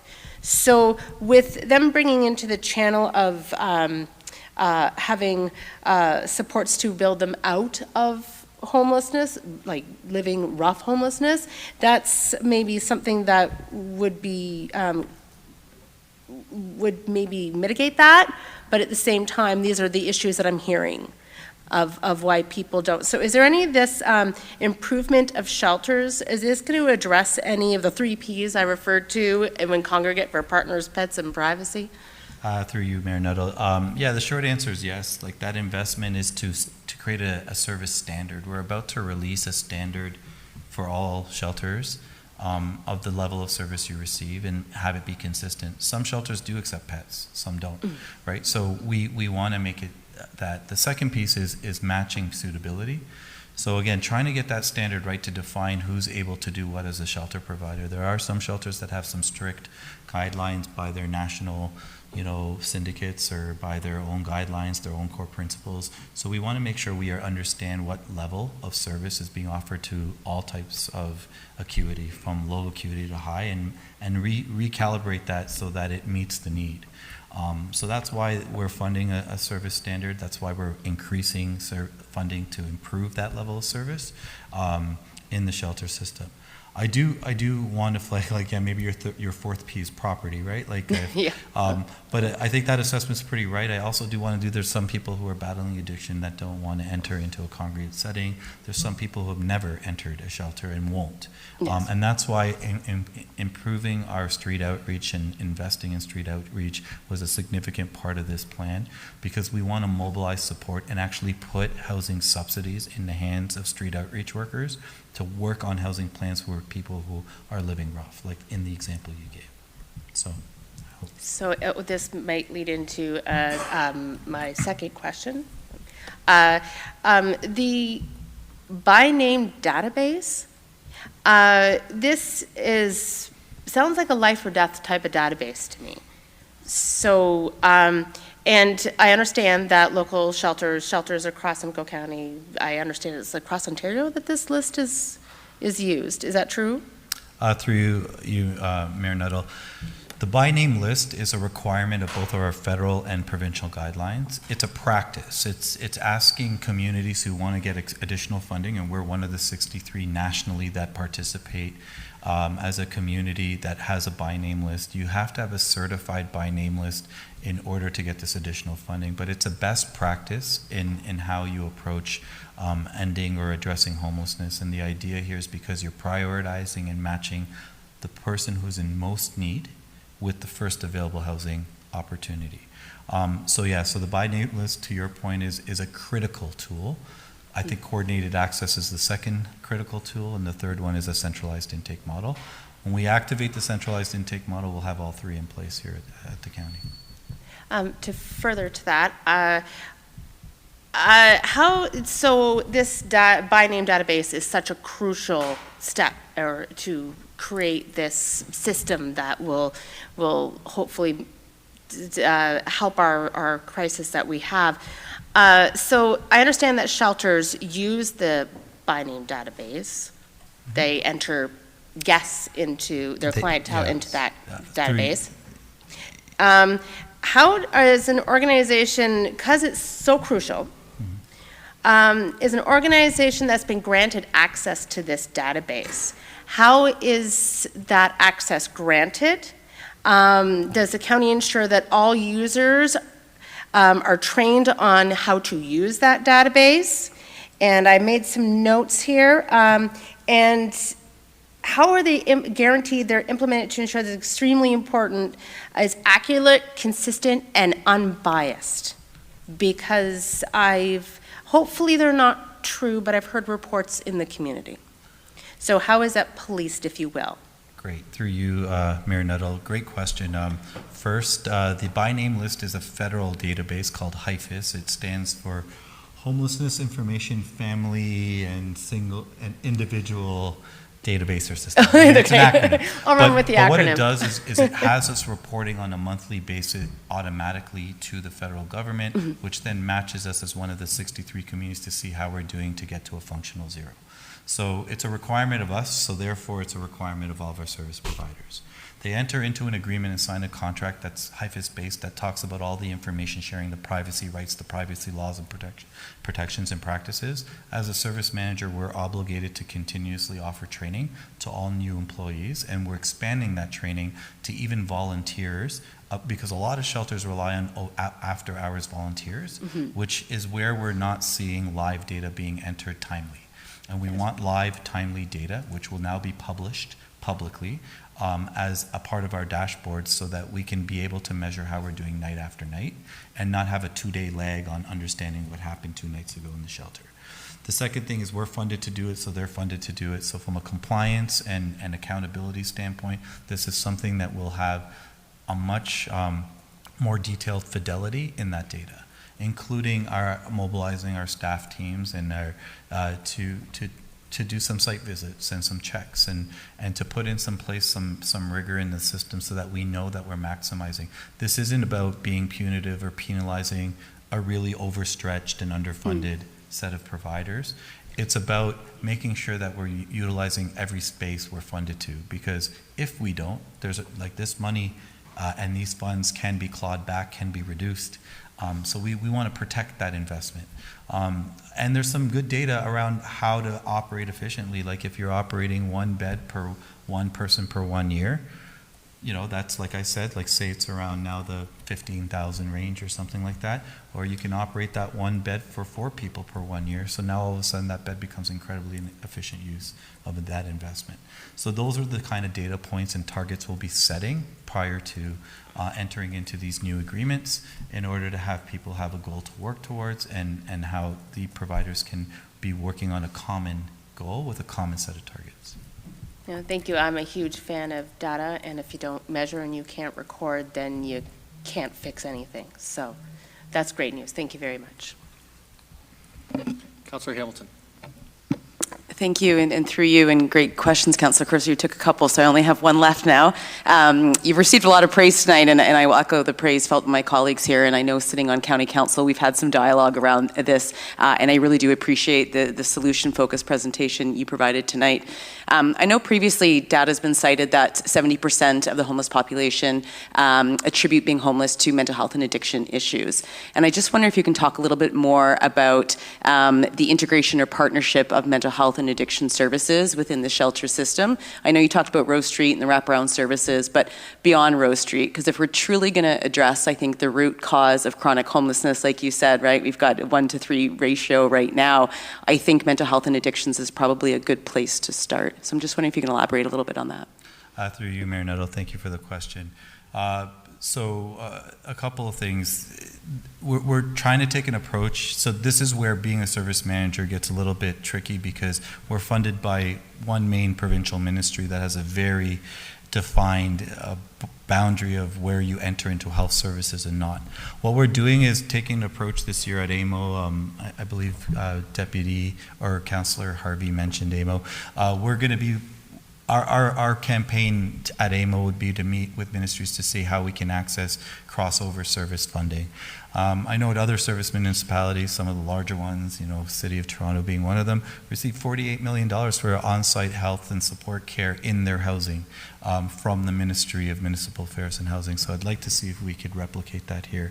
The second thing, to answer your question, so we're working with the established community health teams. So they're 4, I believe, in Simcoe County, the way the catchments are divided.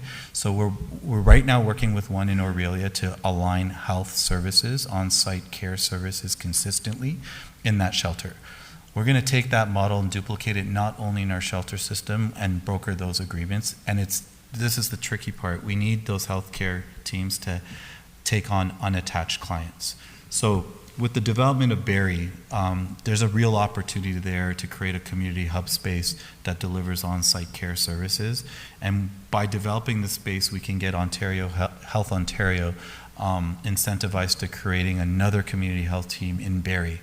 And if we do that, we can then attach to that space incentive, like utilize this brand new functional space in exchange for obligating the taking on of unattached clientele. That will probably be one of the best underlying outcomes to have enforced. So we're still at early stages. We've set up standing meetings with Ontario Health to get us to that point of that outcome of getting those health services, not only in the shelters, but also in our affordable housing standpoints. And the pilot in one of the action items with community housing is doing that. We were able, when at the Region of Waterloo, to garner direct funding from the local health integration network and put it in community housing to have mental health and education supports.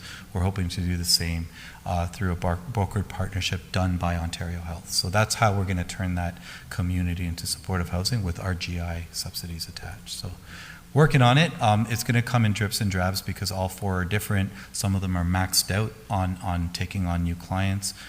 So this is like stretching those who exist pretty thin, but also hopefully incentivizing another community health team to be stood up in the Barrie area.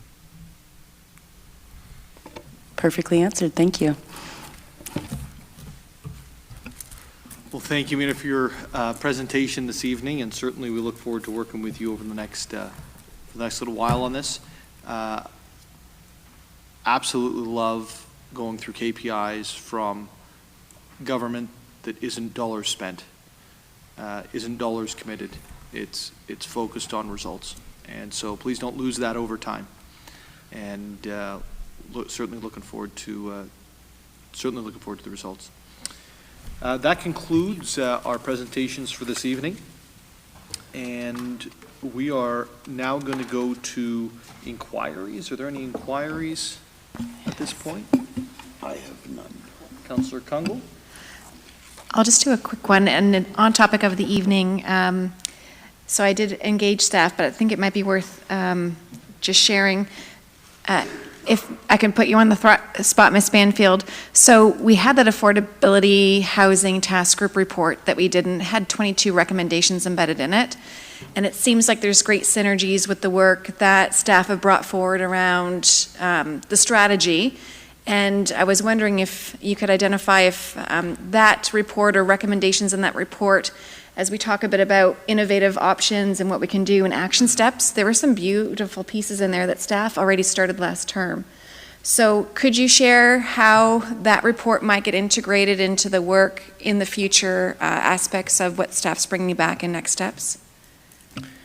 Through you, Mayor Nuttall, to Councillor Kungle, and our dialogue probably would have been helpful for all of Council this afternoon when we spoke, and it was about the fact that this was just setting the stage, really just trying to cement that dialogue. Yes, we've all heard it, but the intention was to say, not only have we heard it, professionals have studied it, and this is the documentation.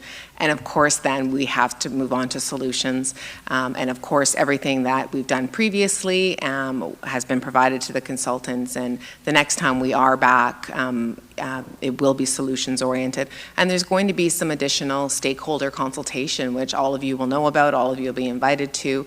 And, you know, I encourage all of you and all of your contacts to participate in that, so that when the solutions come back to council to consider, it's robust and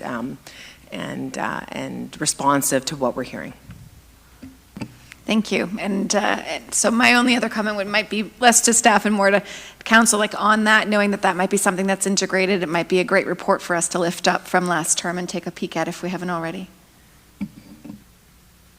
Thank you, Councillor Kungl. Thank you, Ms. Banfield.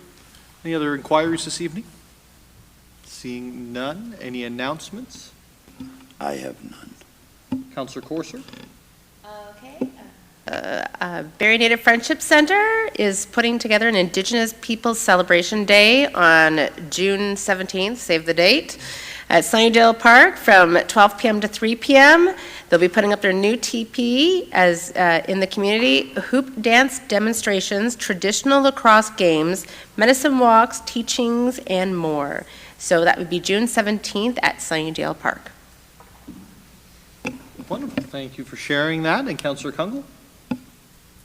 Thank you through you, Mayor Nuttall. Just wanted to acknowledge the anniversary of D-Day and the work that Legion 147 did to bring community together. And so thank you to members of council that were there. Councillor Nixon representing the city, I know that was appreciated. And so just wanted to, again, thank those supporting the Legion and showing support to veterans, and just wanted to make a point of that. So that was on the 6th is the anniversary. Thank you, Councillor Kungl. Are there any other announcements around the table this evening? Seeing none. There's quite a number here, so we'll start working through them. June 10th, 2023, I'd like to proclaim as the Royal Canadian Sea Cadet Corps 53 Barrie Day, and the week of June 11th, 2023 to the 17th of 2023, I'd like to proclaim as National Blood Donor Week. Residents are invited to take nature walks and learn about wildlife in the city during the months of June, July, and August. For more information on dates and times of these nature walks, visit barrie.ca/events. Pre-registration is recommended, and on-site registration is required. The City of Barrie is inviting residents to submit photos of their gardens for the Communities in Bloom program by June 28th. Participants will have a chance to be featured on the city's website and social media channels. This year's theme is to plant purple blooms, pollinator, and native plants to help create a healthier ecosystem. For more information and how to register, please visit barrie.ca/communitiesinbloom. The city is looking for help to keep reusable items out of the landfill by having residents participate in Barrie's Curbside Giveaway Day, formerly New to Me Day, on Saturday, June 10th between 8 a.m. and 9 p.m. Residents can place unwanted reusable items at their curbside with labels to indicate them as free. For more information, please visit barrie.ca/curbside giveaway day. On June 10th and 11th, the Barrie Air Show will be returning to the skies over Kempenfelt Bay. This event features iconic Canadian aircraft with demonstration teams taking to the skies at 1 p.m. each day. The show will include the Canadian Forces Snowbirds 431 Air Demonstration Squadron, the Canadian Armed Forces Skyhawks Parachute Team, a CF-18 Tactical Demonstration, and the Northern Stars Aero Team. Family-friendly events will also be taking place both days along the waterfront. For further information, you can visit barrie.ca/airshow. The city is now seeking feedback on the first draft of city-wide urban design guidelines. Residents, businesses, developers, and any other stakeholders who are invited to review the draft document and share feedback. Comments are due by June 16th. For further information, visit buildingbarrie.ca/urban design. In recognition of the month of June as Recreation and Parks Month, residents are encouraged to explore Barrie's recreation opportunities and outdoor spaces. The schedule of activities includes many of the city's regular drop-in activities, including basketball, pickleball, yoga, aquafit, and free outdoor boot camps at the Parkview Center on select days. There's also an outdoor yoga class taking place on International Yoga Day on June 21st between 6:30 p.m. and 8:30 p.m. at Sunnydale Park. Participants are asked to bring a non-perishable food item for the Barrie Food Bank. To view the full list of activities and any applicable fees, visit barrie.ca/JRPM. Congratulations to the 15 Barrie-based organizations to receive a share of more than $118,000 in funding through the city's 2023 Recreation and Sport Community Grant. The successful applicants represent a wide cross-section of recreational and sport activities designed to engage Barrie residents to improve overall health and well-being. An additional intake period for the 2023 program is planned for late summer and for fall and winter initiatives. For additional information, please visit barrie.ca/community grant. Deputy Mayor Thompson, that brings us to the bylaws. Over to you. Thank you, Mayor Nuttall. Moved by myself, second by Councillor Corser. Leave be granted to introduce the following bills, and these bills be read a first, second, and third, and on this day and finally passed, Bill 62, 63, and 64. Thank you, Deputy Mayor Thompson. It's moved by Deputy Mayor Thompson and seconded by Councillor Corser that leave be granted to introduce the following bills, and these bills be read a first, second, and third time this day and finally passed, Bill 062, 063, and 064. Are there any comments or questions with regards to the bills? Seeing none, all those in favor? And it carries. Deputy Mayor Thompson. Moved by myself, second by Councillor Corser. Leave be granted to introduce this bill, and this bill be read a first, second, and third time and finally passed, Bill 65, Confirmation Bylaw. Thank you, Madam Clerk. It's moved by Deputy Mayor Thompson, seconded by Councillor Corser, that the confirmation bylaw leave be granted to introduce the following bill, and this bill will be read a first, second, and a third time this day and finally passed, Bill 065. Are there any questions or comments with regards to the confirmation bylaw? Seeing none, all those in favor? It carries. Can I get a motion to adjourn, please? It's moved by Councillor Harvey, seconded by Councillor Negussi. All those in favor?